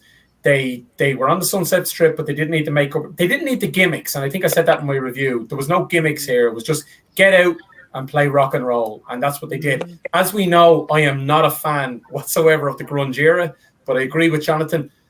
It began it. Yeah, I agree. Yeah, good points. Really good points. I saw them in '87. They opened for Motley Crue. And when they came on stage, they literally looked like somebody from the fucking homeless shelter down the street. I mean, Grunge, man. Yeah, I mean they looked so out of place. Like I said, I mean the glitz and the glamour of Motley Crue that was coming on after them, and all the other bands of the time that were just all dolled up, and they come on looking like street people, and their sound was just so raw and stripped down. But they put on a show that it was actually pretty hard for Motley Crue to follow them. It was just such a mismatch, of styles at the time. But of course, very shortly thereafter, they blew up, and everybody knew who they were. Well, Lee, that's a very Lee, I was just going to say that's a very good point. What Mark is making, that they kind of blew up and overtook who they were opening for or whatever, because one thing I did say in my review was Rolling Stone rocked into town to interview Aerosmith, who were on their permanent vacation tour, and the Guns N' Roses GNR were out with them, and it was GNR that ended up on the front page, not Aerosmith. So there you go. Yeah, there you go. Right, great album. I was going to say, yeah, that's right. I was going to say, for me, my favourite songs have always been, I love Sweet Child as Mine, was the first song I heard. I can't listen to it now, but it drew me into the band. But my favourite songs have always been It's So Easy, Night Train, Out to Get Me, and You're Crazy. And I could listen to them now. I don't listen, they don't get played on the radio necessarily. Them songs are still really good. And you're talking about them bands who supported them. We had tickets to go and see them in Manchester in England, which is sort of up north. I'm from down south, don't live there anymore, and it's quite a drive. It's a 2-hour drive, but this is back in 1988 or 89, and we drove up all the way up to Manchester, 2 or 3 hour drive, and the gig was cancelled. Faith and More was supporting, the gig was cancelled because of an illness, but we no mobile phones. In them days, the gig was cancelled, and we all the way up to Manchester. I hadn't got a clue. No sat nav. It was just that's the days of rock and roll, wasn't it? You didn't know in them days. They did come back and play at Milton Keynes Bowl, but it was not a great day, but great not the most predictable people. Unpredictable, never turned up hardly. I got to see them for the first time at Download Festival a couple of years ago. Obviously, Axl Rose wasn't singing like he was in '88, but it's just I got to see him, which was quite cool. Was quite cool. Okay, we're going to move on now to our 11th album we chose. I'm going to let Mark start on this one, and it's Dokken. Back for the Attack, and I'm going to get a beer. Yeah, this was the fourth album, probably their biggest selling album. It eventually went platinum. I'm not a huge fan of instrumentals, but the best instrumental I've ever heard is on this album. It's called Mr. Scary. It's just George Lynch at his best. He just takes it to a whole nother level. Most of the songs on this album were a little more commercial than they had previously done, and they were huge. Fixture on MTV back in the day. Every time the Headbangers Ball came on, you saw a song off of Back for the Attack on that show. Unfortunately, they sort of petered out after this album. They did the one live album after this, but unfortunately, that was kind of the end of the classic era of Dokken for a while. Me and Jan were the only people. Unbelievably, Mark, I know you'd be a bit surprised. I didn't vote for this one. For me, it was me and Jan didn't vote for this, but it was another one I was disappointed in after Under Lock and Key, which was one of the best albums ever of the 80s. Yeah. Again, production for me was really poor on this. I believe the story goes that what ended up on the album was the demos and they actually lost the proper recording. I never heard that. Yeah, and they actually put the original demos on it because they couldn't afford to do it all again. So it was actually lost or destroyed somehow. And that's why it ended up on for me, it sounded poor anyway when I first heard it compared to the album before. Yeah. And it was too long. Yeah, it was like 7 songs on one side. I think for an LP them days, that was long. And it actually affected the production. When you got a lot of tracks on an album, you used to squeeze the songs on and compressed it, and it affected it. I'm sure it did. And I just didn't think it was. I mean, we spoke about Under Lock and Key as well, haven't we? There's some great tracks on Back for the Attack, by the way. Some of the best tracks, but too many fillers for me, that one. Yeah. And probably a bit controversial because I know it's a big fan favourite, but never was for me. I don't know why. Just one of those things, I suppose. But production like that album, like you said, there's a lot of filler on it. The songs that are, A-list songs are some of the best Dokken songs. Oh, ever. Yeah. The opener. The ones that aren't Kiss of Death. Yeah. Yeah, you probably got 7 super strong songs on that record, and the rest of them are just C-sides. I don't even think they're B-sides. And I do agree with you completely about the production. I mean, I popped it back on, earlier today, listening to it for the first time in a while, and the guitars, even in parts of it, didn't sound like they were even double tracked. I mean, the guitar was just super thin, and they just cranked it up super loud in the mix, but it didn't sound polished or thought out, the way the previous albums were, especially under Lock and Key. But say what you want, Mr. Scary, I agree with you. That right there was a game changer for me as far as like amazing standard for like instrumental albums, or instrumental songs for a band with a vocalist. Yeah. That's probably the greatest instrumental track of a vocal band that's ever been done. And I think Lee knows this song. I did an instrumental song recently in the last 6 or 8 months that was kind of inspired by Mr. Scary. It's kind of got the same kind of vibe, just more like super modern, called Head Rush, but it's totally keeping that, prototype of a song kind of vibe to it.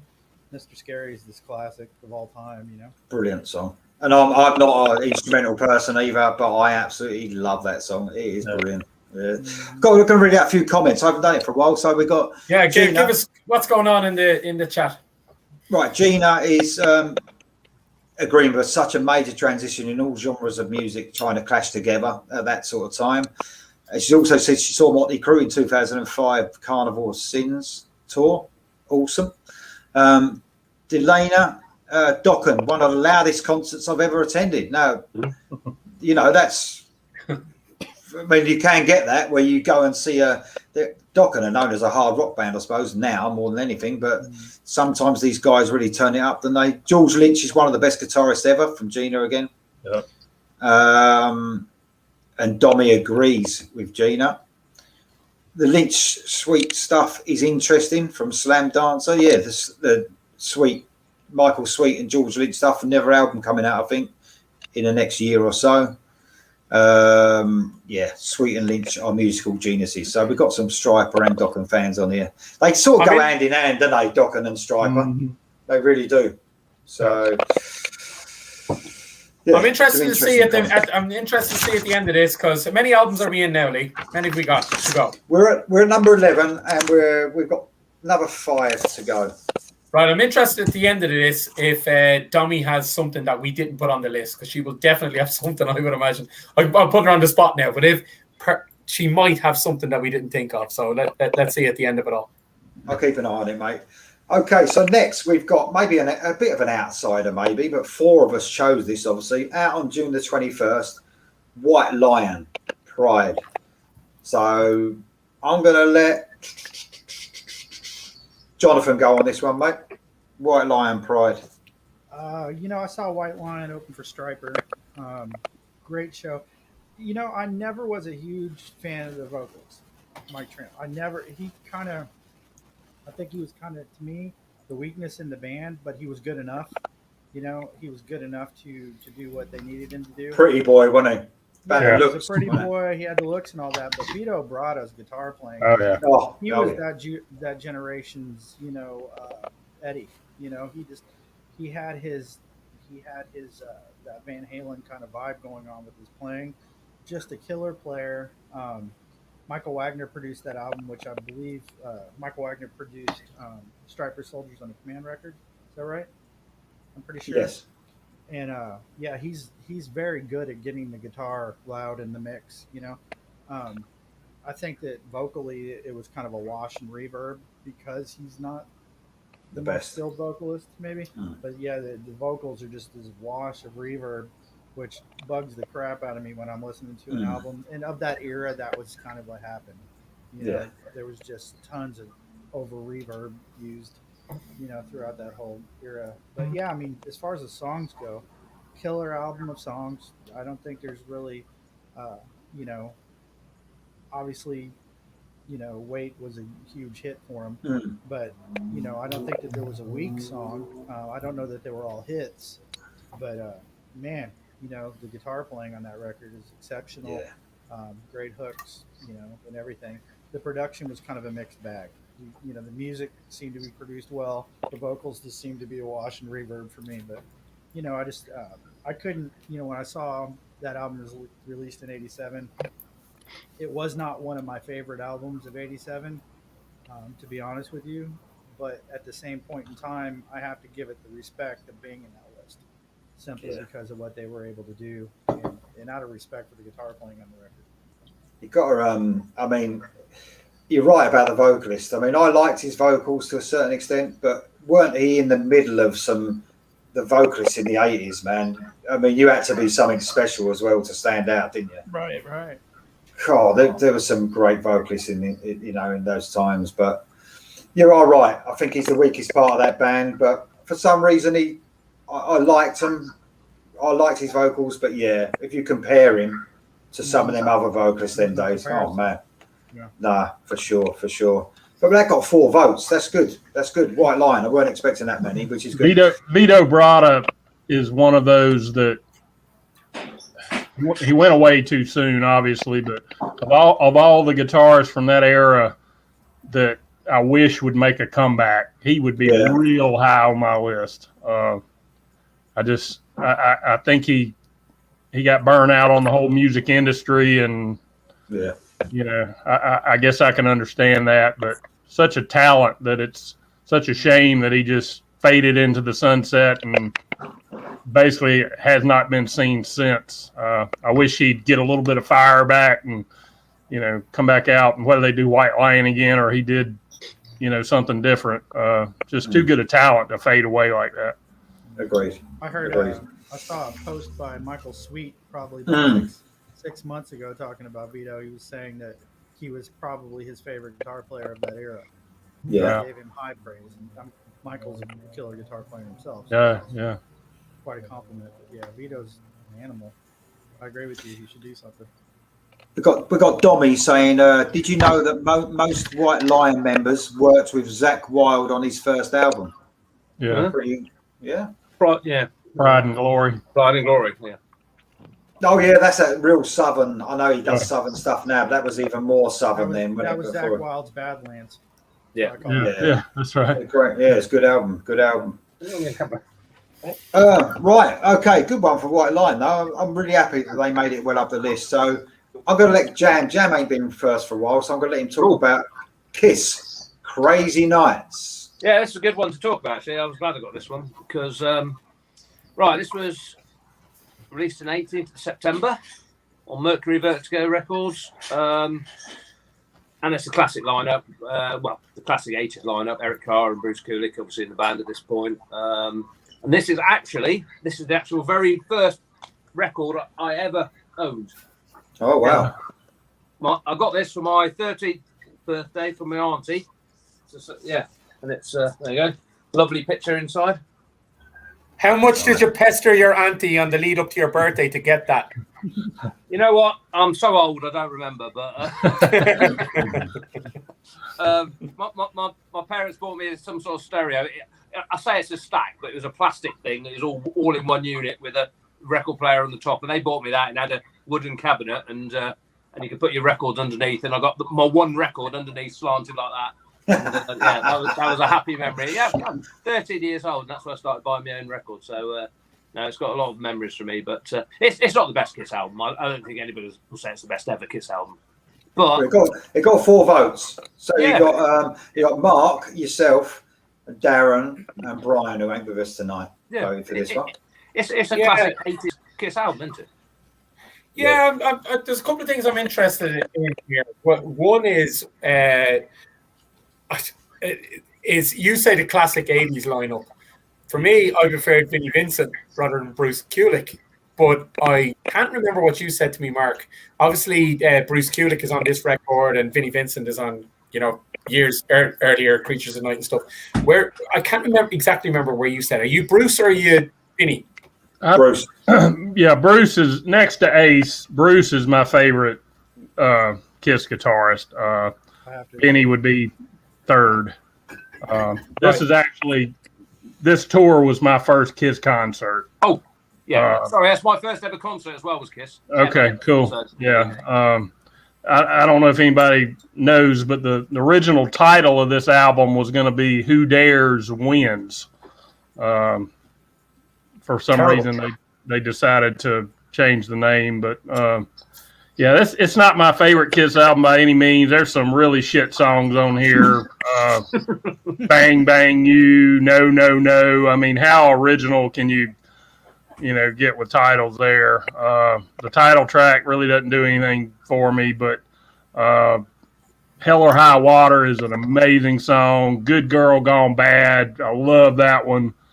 The ballad Reason to Live is a great ballad. I fight Hell to Hold You. I love that one. Oh, I like that one. Yeah, I like that one too. Yeah.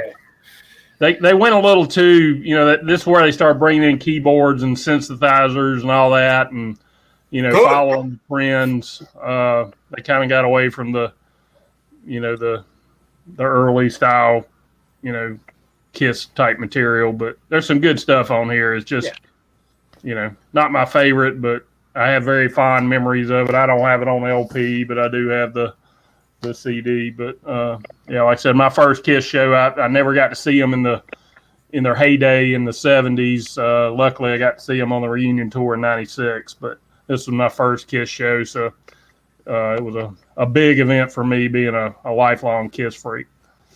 I'm curious, lads, particularly Mark and Jam on this. Are Kiss ashamed of this record? And the reason I ask is because, like I said, we were, myself and Dara, who's on the live chat, we did see Kiss for the first time in 2019. And the only song they played off this album, I think, that night was obviously the obvious one, the title song, Right. Crazy Crazy Nights or whatever. Now, to be fair, it's hard to pack 40 years of material into a 20-song set list, right? I get it. But there was no other song from this album on that set list. Are they a bit off on this record? Where do they stand themselves on it? Well, it wasn't a big seller. I don't know what it ended up selling, but I vividly remember the concert that night. The arena was basically half full. Kiss was not at the top of their game. Their heyday was long before 1987. And a lot of people had just lost interest because by this point, they had become just another 80s, we hate the term, but hair band.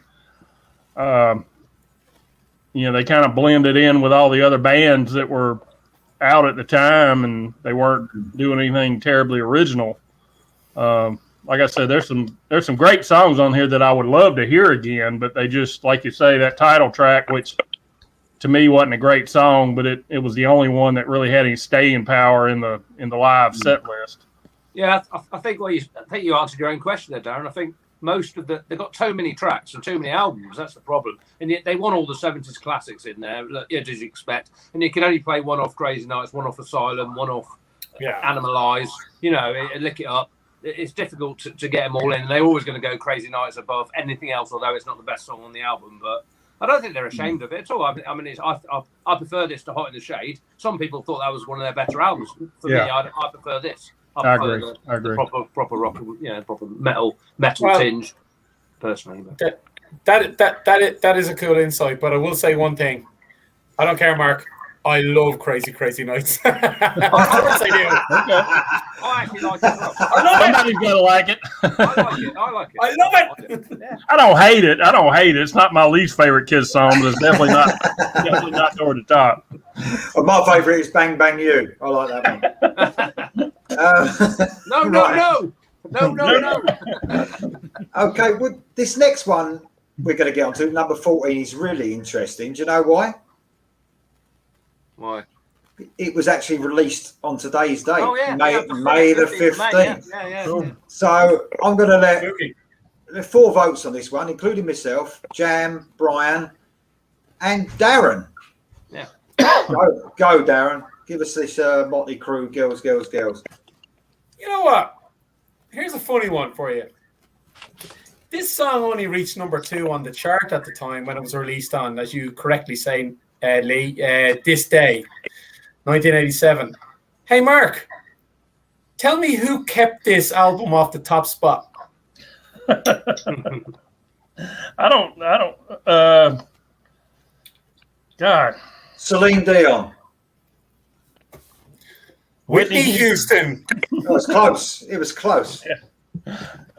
We still have a good laugh because Mark took the piss out of me doing a Whitney Houston video, Absolutely whatever. Which I have fucking no shame about doing, by the way. I would do it again, and I will.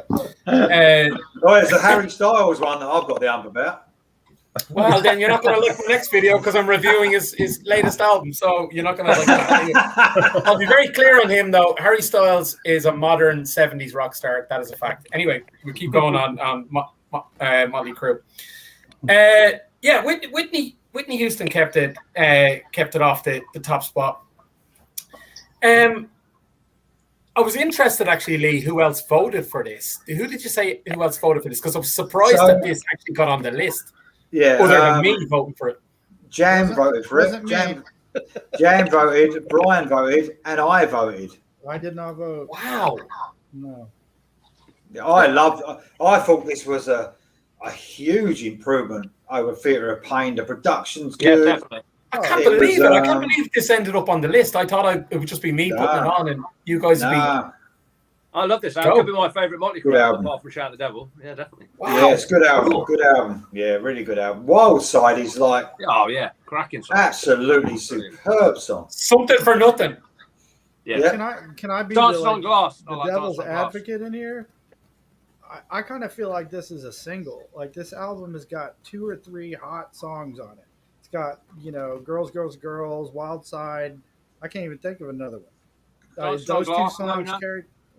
You're the all I rest of need. the You're album all I was need. Great just song. Love, you're all I so need. hard. Yeah, love you. Yeah, You're all I need. you're all I need. Dancing on glass, like James. Yeah. Yeah, I really love this album. I I love can't it, yeah. compare for Love it, the yeah. rest of the 5 record. years believe dead. it. 5 years dead. Cracking song. Look, I'm not a huge Crew fan. I'm not. They're not my go-to band. If I had to list my favourite bands from 1 to wherever it was, they would probably end up at number, I don't know, 50, 60, or even more. But I do love this album. I really like this album. There are 4 albums. The reason I thought that I would be the only vote on this is that there are 4 albums in at this point. At this point, they should, in theory, be running out of steam, and that's where I thought you guys would trip up and go, "It's not for me." But so I was surprised it ended up on the list. Can I just butt in a second, mate? 1982 DMC says, Harry Styles, shut up, Darren, embarrassed for you. Oh wow! Sorry, I had to get that one in. Sorry. Of course he did. Of course he did. Listen, Dara is one of my best mates, so of course he's going to come on here and slack the fuck out of me. So I'm not having it. I mean, Claire says, girls. Darren's thought process since 1997.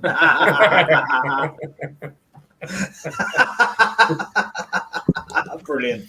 Right, John. Brilliant. John, what? We're getting off that. John, what do you got on this one? Me? Oh, right, sorry. Yeah. Yeah. All I was going to say. Yeah. I think I've covered it. Some great songs on there. It's probably my first Motley Crue album I actually heard. To be honest, I remember the video for "Girls," and them all driving down the strip because obviously they'd gone out with the old spandex and all that, which you loved. And they've gone back to sort of leather and stuff. And it was and yeah, girls, and Wild Side and Harleys and Sunset Strip. I mean, it's completely away from Oxfordshire Village where I grew up. You know what I mean? It's a different world, you know. And one day I will go to the Strip. I will go to LA and we'll go down. It's not the same, obviously now, but I will go down there one day. But no, I mean, I love. Yeah, it's a great Motley Crue album. Well, I say great. It's one of the better. I think it's probably my second favourite. Put that way. Jam, in one word, what was the name of your local nightclub? Well, we didn't have one. I lived in a village, but there's one in Oxford called the Park End Club. It was called. I guess You're never seeing Vince Neil there. No, never. No. But I mean, I was quite young to leave home, and I went to Rawlinson. He'll be in the burger bar if he's anywhere, won't he? Yeah. I wish Bryan was here to talk about it because he's the biggest Motley Crue fan I know. Is he? Motley Crue and Iron Maiden, I think, are his 2 all-time favorite bands. But he'd have had a lot to put in on this one. I like the album. It's just not my favorite Crue album. I do. Jam mentioned "You're All I Need." I brought that up. I brought that up in one of our ballad shows. I love that song. Yeah. A ballad about killing your girlfriend and. Well, even Jailhouse Rock. I fucking hate Elvis Presley. I think he's overrated and a glorified karaoke artist personally. But I do like the Jailhouse Rock version on here. But there we go. Love Elvis. One last thing. Karaoke man. One last thing we'll say, just while we're on the Motley Crue, is has everyone seen The Dirt? You got to watch it. Yeah, it's a great film. I haven't seen it. It's very good. Yeah, very funny. That opening scene, that's all I'll say. Oh, yeah. It's a party. Yeah, definitely. Yeah. The same team are doing one about Kiss, I think, aren't they? It's coming out next year, I think. Oh, are they?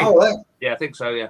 Listen, I've got to say one thing. I do like the album, but I must admit they're overrated for sure. One last thing before Brian. I think they're overrated, Motley Crue. I really do. Because people idolise them. I understand that they sort of created this. They were one of the first Sunset Strip bands, weren't they? They were like one of the first signed bands. But I just think they're overrated myself. But I do like some of their music. They're one of them bands that if you put if they had 100 songs, I don't know how many songs they've got, I'd probably like about 20, 30 of them, you know. But, my opinion. That's all. We're on to a big album next, though. A massive album. Yeah. Voted for by 4 people. And it's Whitesnake's self-titled, or some people call it 1987. I think it's just self-titled. 4 people voted for this. Jam, myself, Mark, and Bryan. So you didn't vote for this, did you, Jonathan? You know what? I thought I did, but okay. I thought I. I can't believe I didn't. No, well, I was thinking that, Darren, to tell you the truth. Where's your Whitesnake 1987 vote? But I'll tell you, you haven't spoken for a while, Jonathan. If you thought you voted for it, let's have Jonathan start on this. Oh, I mean, that's a classic album. I mean, it's just all around. It's a great rock album. I mean, what can you say? It's, you know, if I didn't vote for it, I don't know how I didn't. Honestly, you know, I don't remember, or maybe there was something else on there, you know, that I didn't want to, you know, take off in its place or whatever. I've never been like an enormous Whitesnake fan. You know, I like Whitesnake. I think that they're iconic, but for me, it's kind of the same thing for you. There's certain styles in rock and metal that I have mad respect for, and I'll listen to it and, you know, crank up a song on the radio or whatever. But as far as just like jamming it through a whole album, it's kind of like you with the blues rock thing. You know, it's like I've got a decent amount of respect for it, but it's not going to be my go-to. So, and that's kind of how I feel about Whitesnake. But this record was monstrous. I mean, it was really good. It's really strange for me. I mean, I voted for this because I do like the album, but I actually preferred their. I know this sounds ridiculous, but their bluesy side, really, the earlier stuff before this. I don't know why, but that stuff, David Coverdale's voice especially, was just before the 1987 album was just amazing, and it's still good, you know. But well, it was then. He's shot now, but them early stages of his vocals were just—he was one of the best vocalists out there for sure.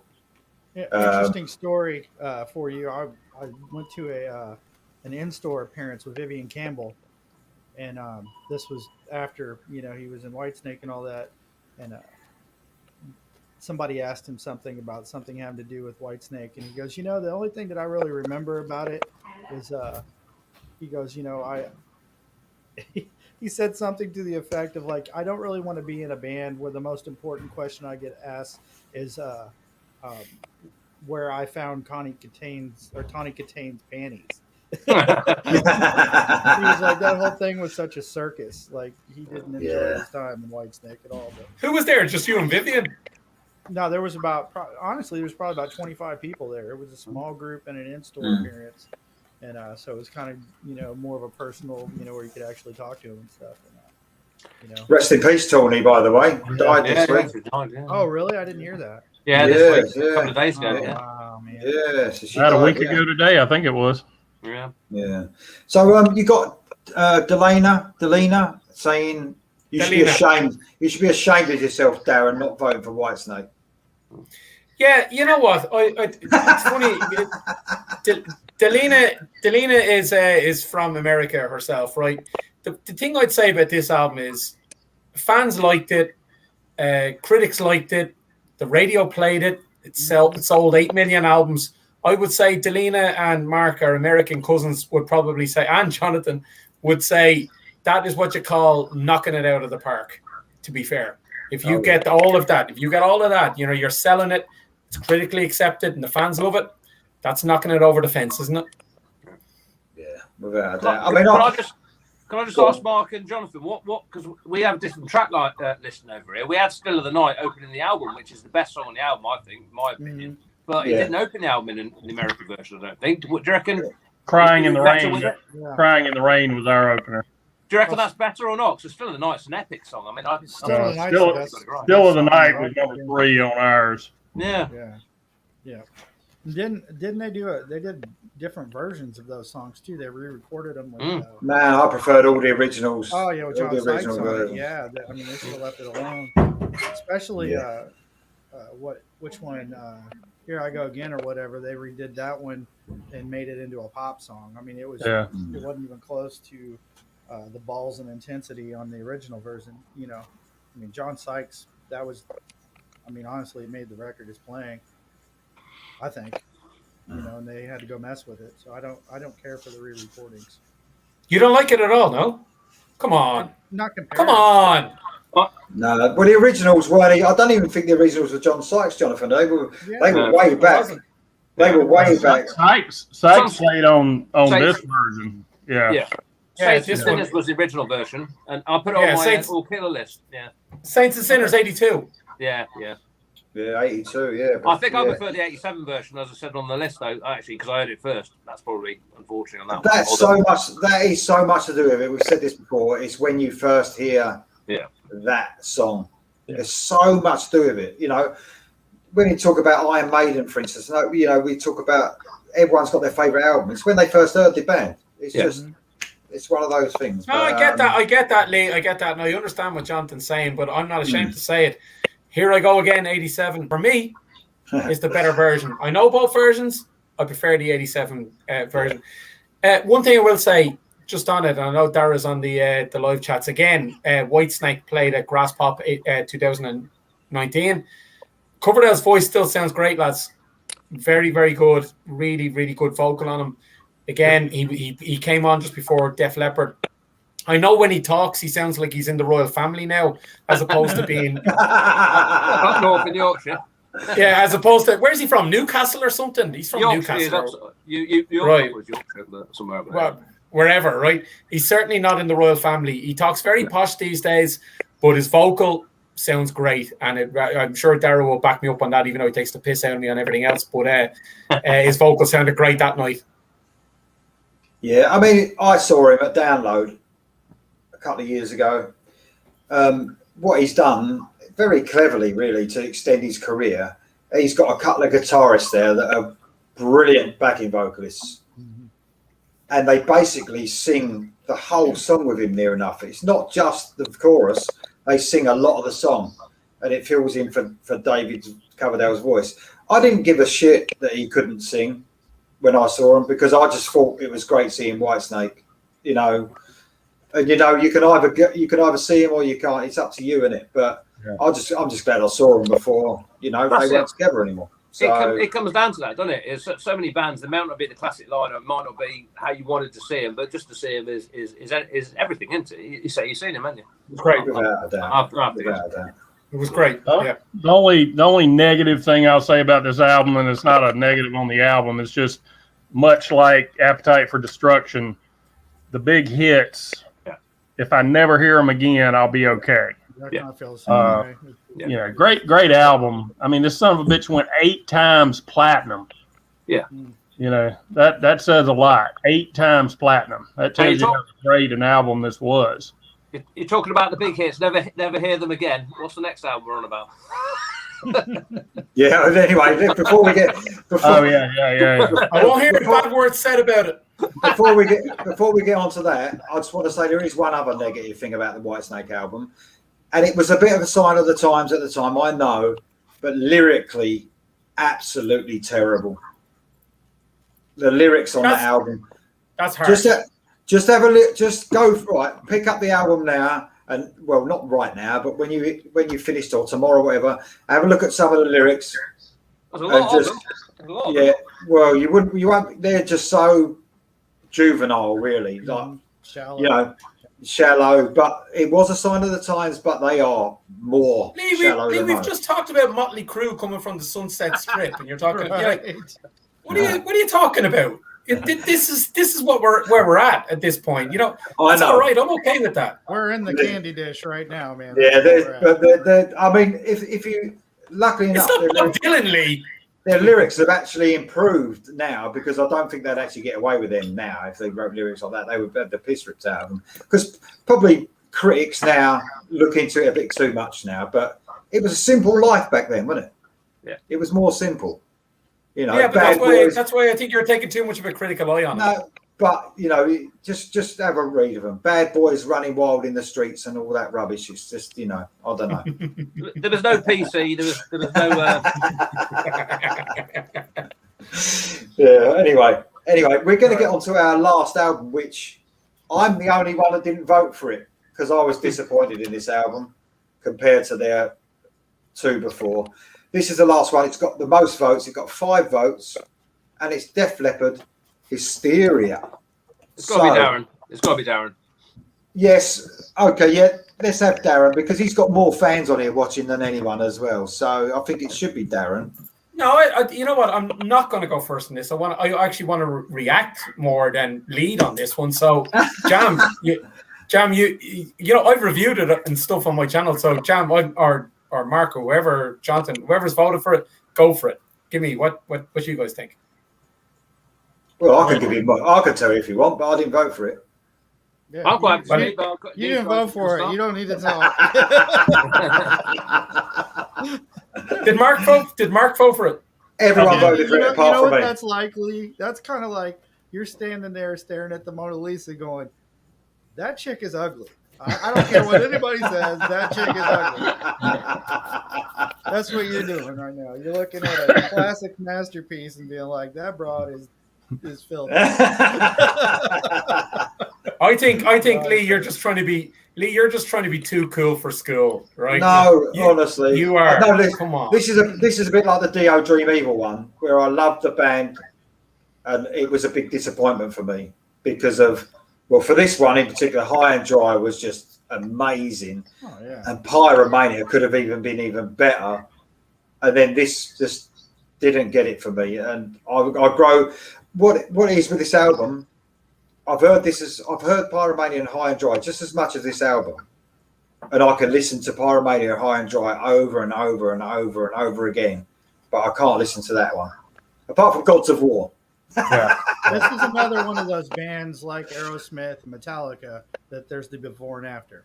You've got High and Dry and Pyromania, and then you've got everything after, which is a completely different sound and vibe with Mud's influence and all that. They became, I mean, honestly, like, I don't think I've ever seen a couple albums come out where like every song was a single, like everyone was a hit single. I mean, how do you? I do appreciate what it did, the success it had. Yeah. But for me, it just wasn't what I was looking for, and still now I find it hard to listen to. I don't get it, Lee. I don't understand what you're not getting out of this record. I don't understand what do you want here. I mean, look, listen. Okay, you're coming off the back of Pyromania. You're right. Okay, but remember, you've got to really think about the production of the album as well. You've got to think about not just the writing, not just the production with Mutt Lange, as Jonathan said. You got to think about it all. You got to take a holistic view of this and go, right, they're coming off the back of Pyromania, and in that time, Rick Allen's lost his arm, right? And they have to reinvent themselves. They had to completely reinvent themselves. Not only does the man have to completely reinvent, like get over such a tragic injury, he also has to, as you're right, has to reinvent the drum kit. He's now playing with his feet, not his arm. He's playing with one arm. That's one thing, right? So think about it on that level. We talked about the Appetite for Destruction album earlier on. The budget for the Appetite Destruction album on production was $350K total, right? Def Leppard had to sell 4 million of these just to break even.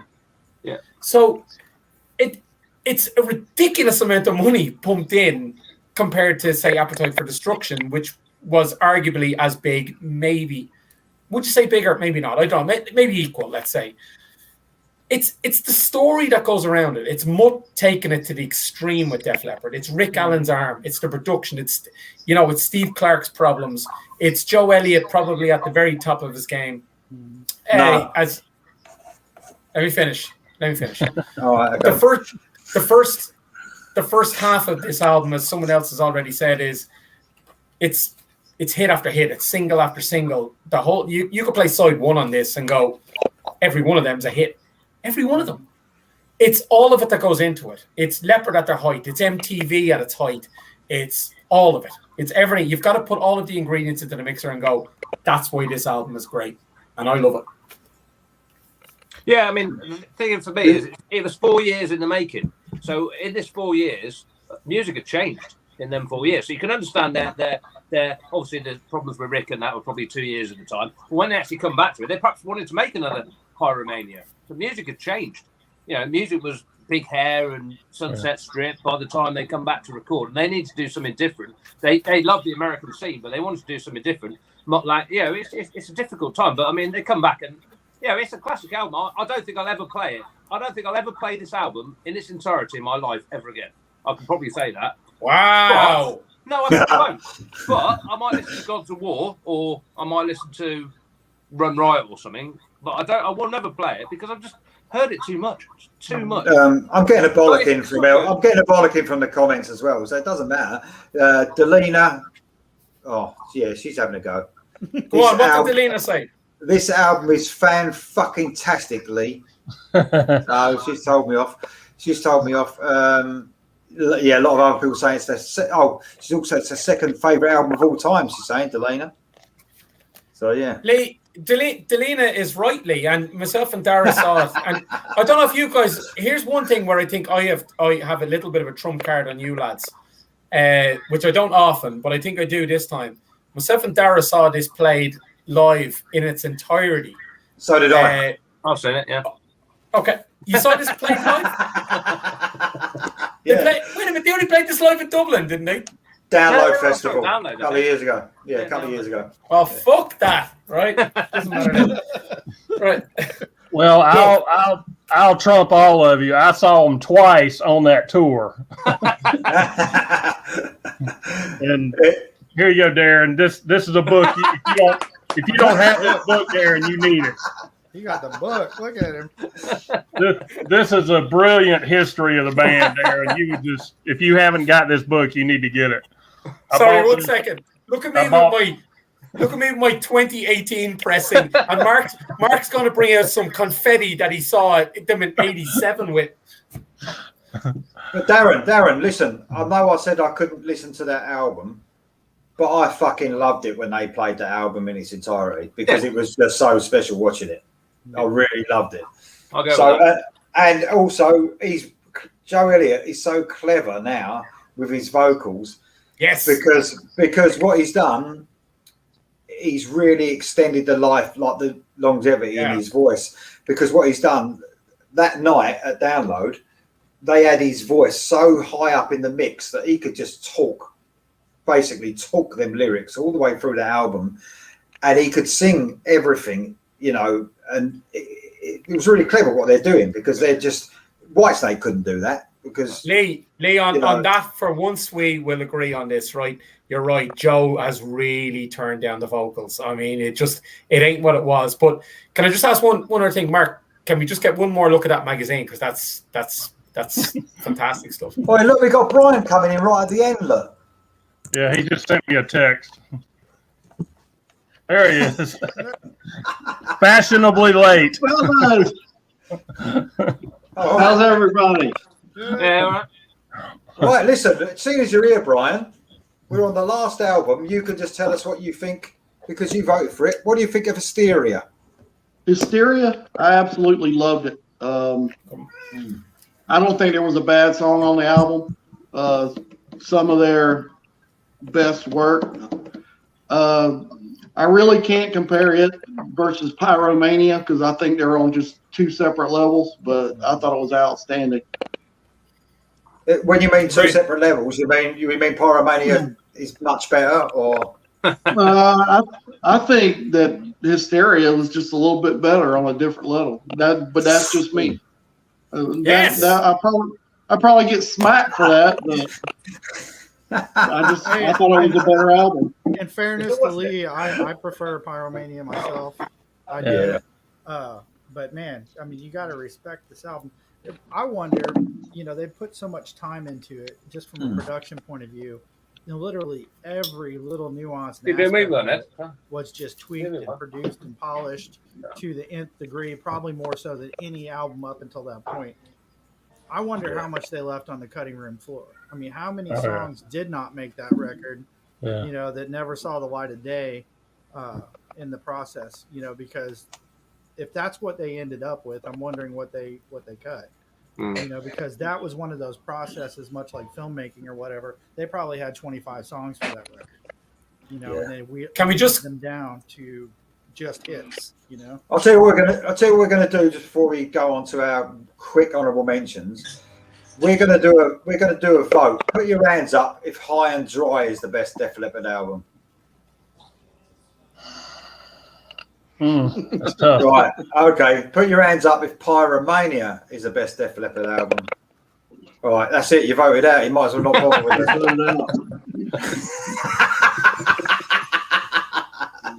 Let me just say this album was a huge part of my teenage years. I graduated high school in '87, and this album was, and also the Whitesnake album that we just talked about. That's two of the main soundtracks for my senior year of high school. Most of the songs on this album, like I said about the Whitesnake, I don't ever need to hear again.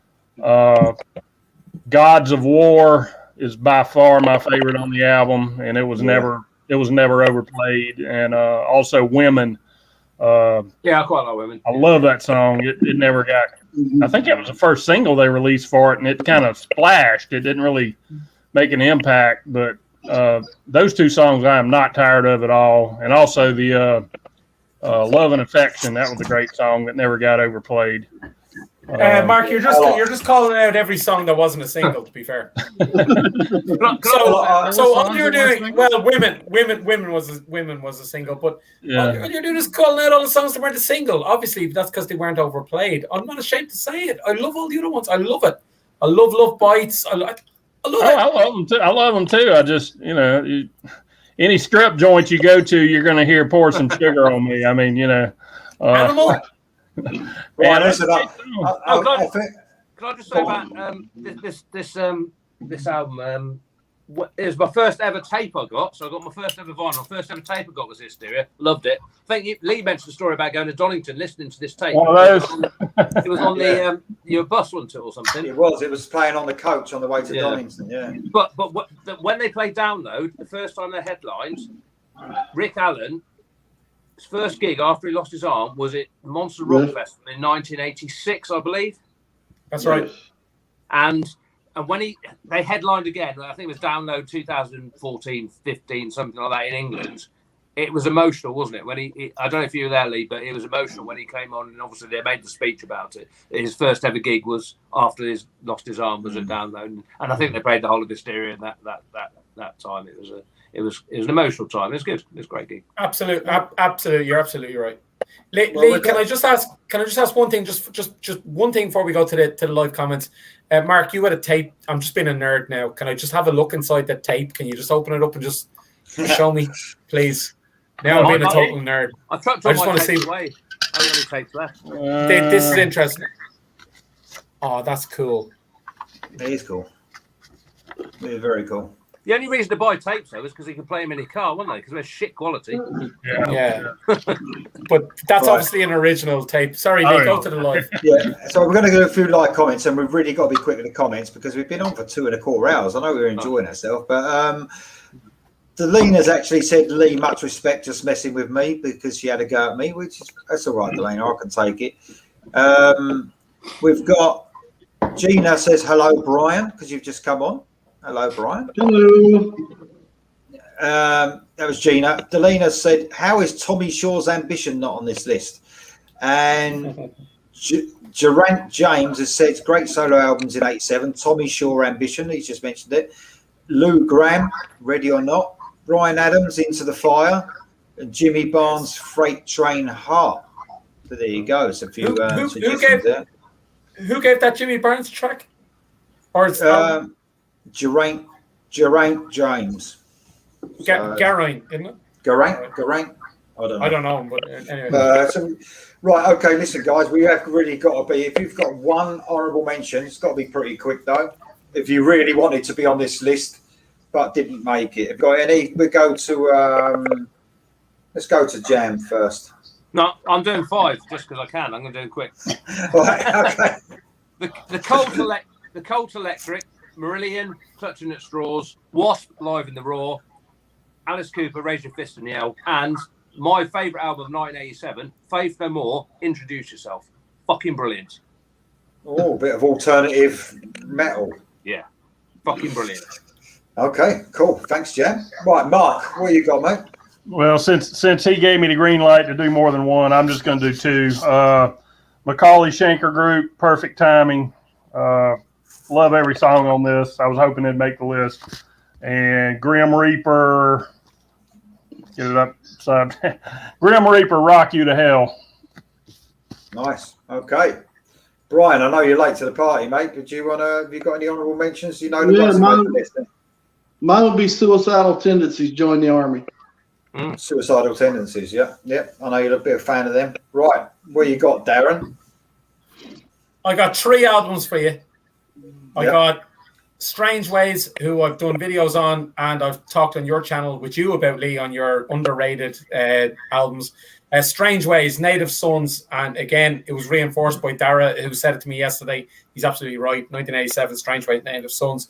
An Aussie band, Ice House, Man of Colours, which has the track, you might know it, Electric Blue on it, which is a great song by Ice House.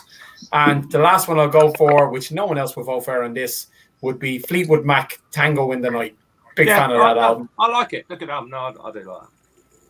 Okay, cheers, Darren. Got anything, Jonathan? No, not that I can think of. I think we No? got them covered. Okay, I've got Shout. It Won't Be Long. Christian metal band or hard rock band. Ken Tamplin, absolutely brilliant album. Pretty Maids, Future World. Good call. Love Pretty Maids. Stan Bush and Barrage. Great Self-titled call. album. You're on fire here. Keep going.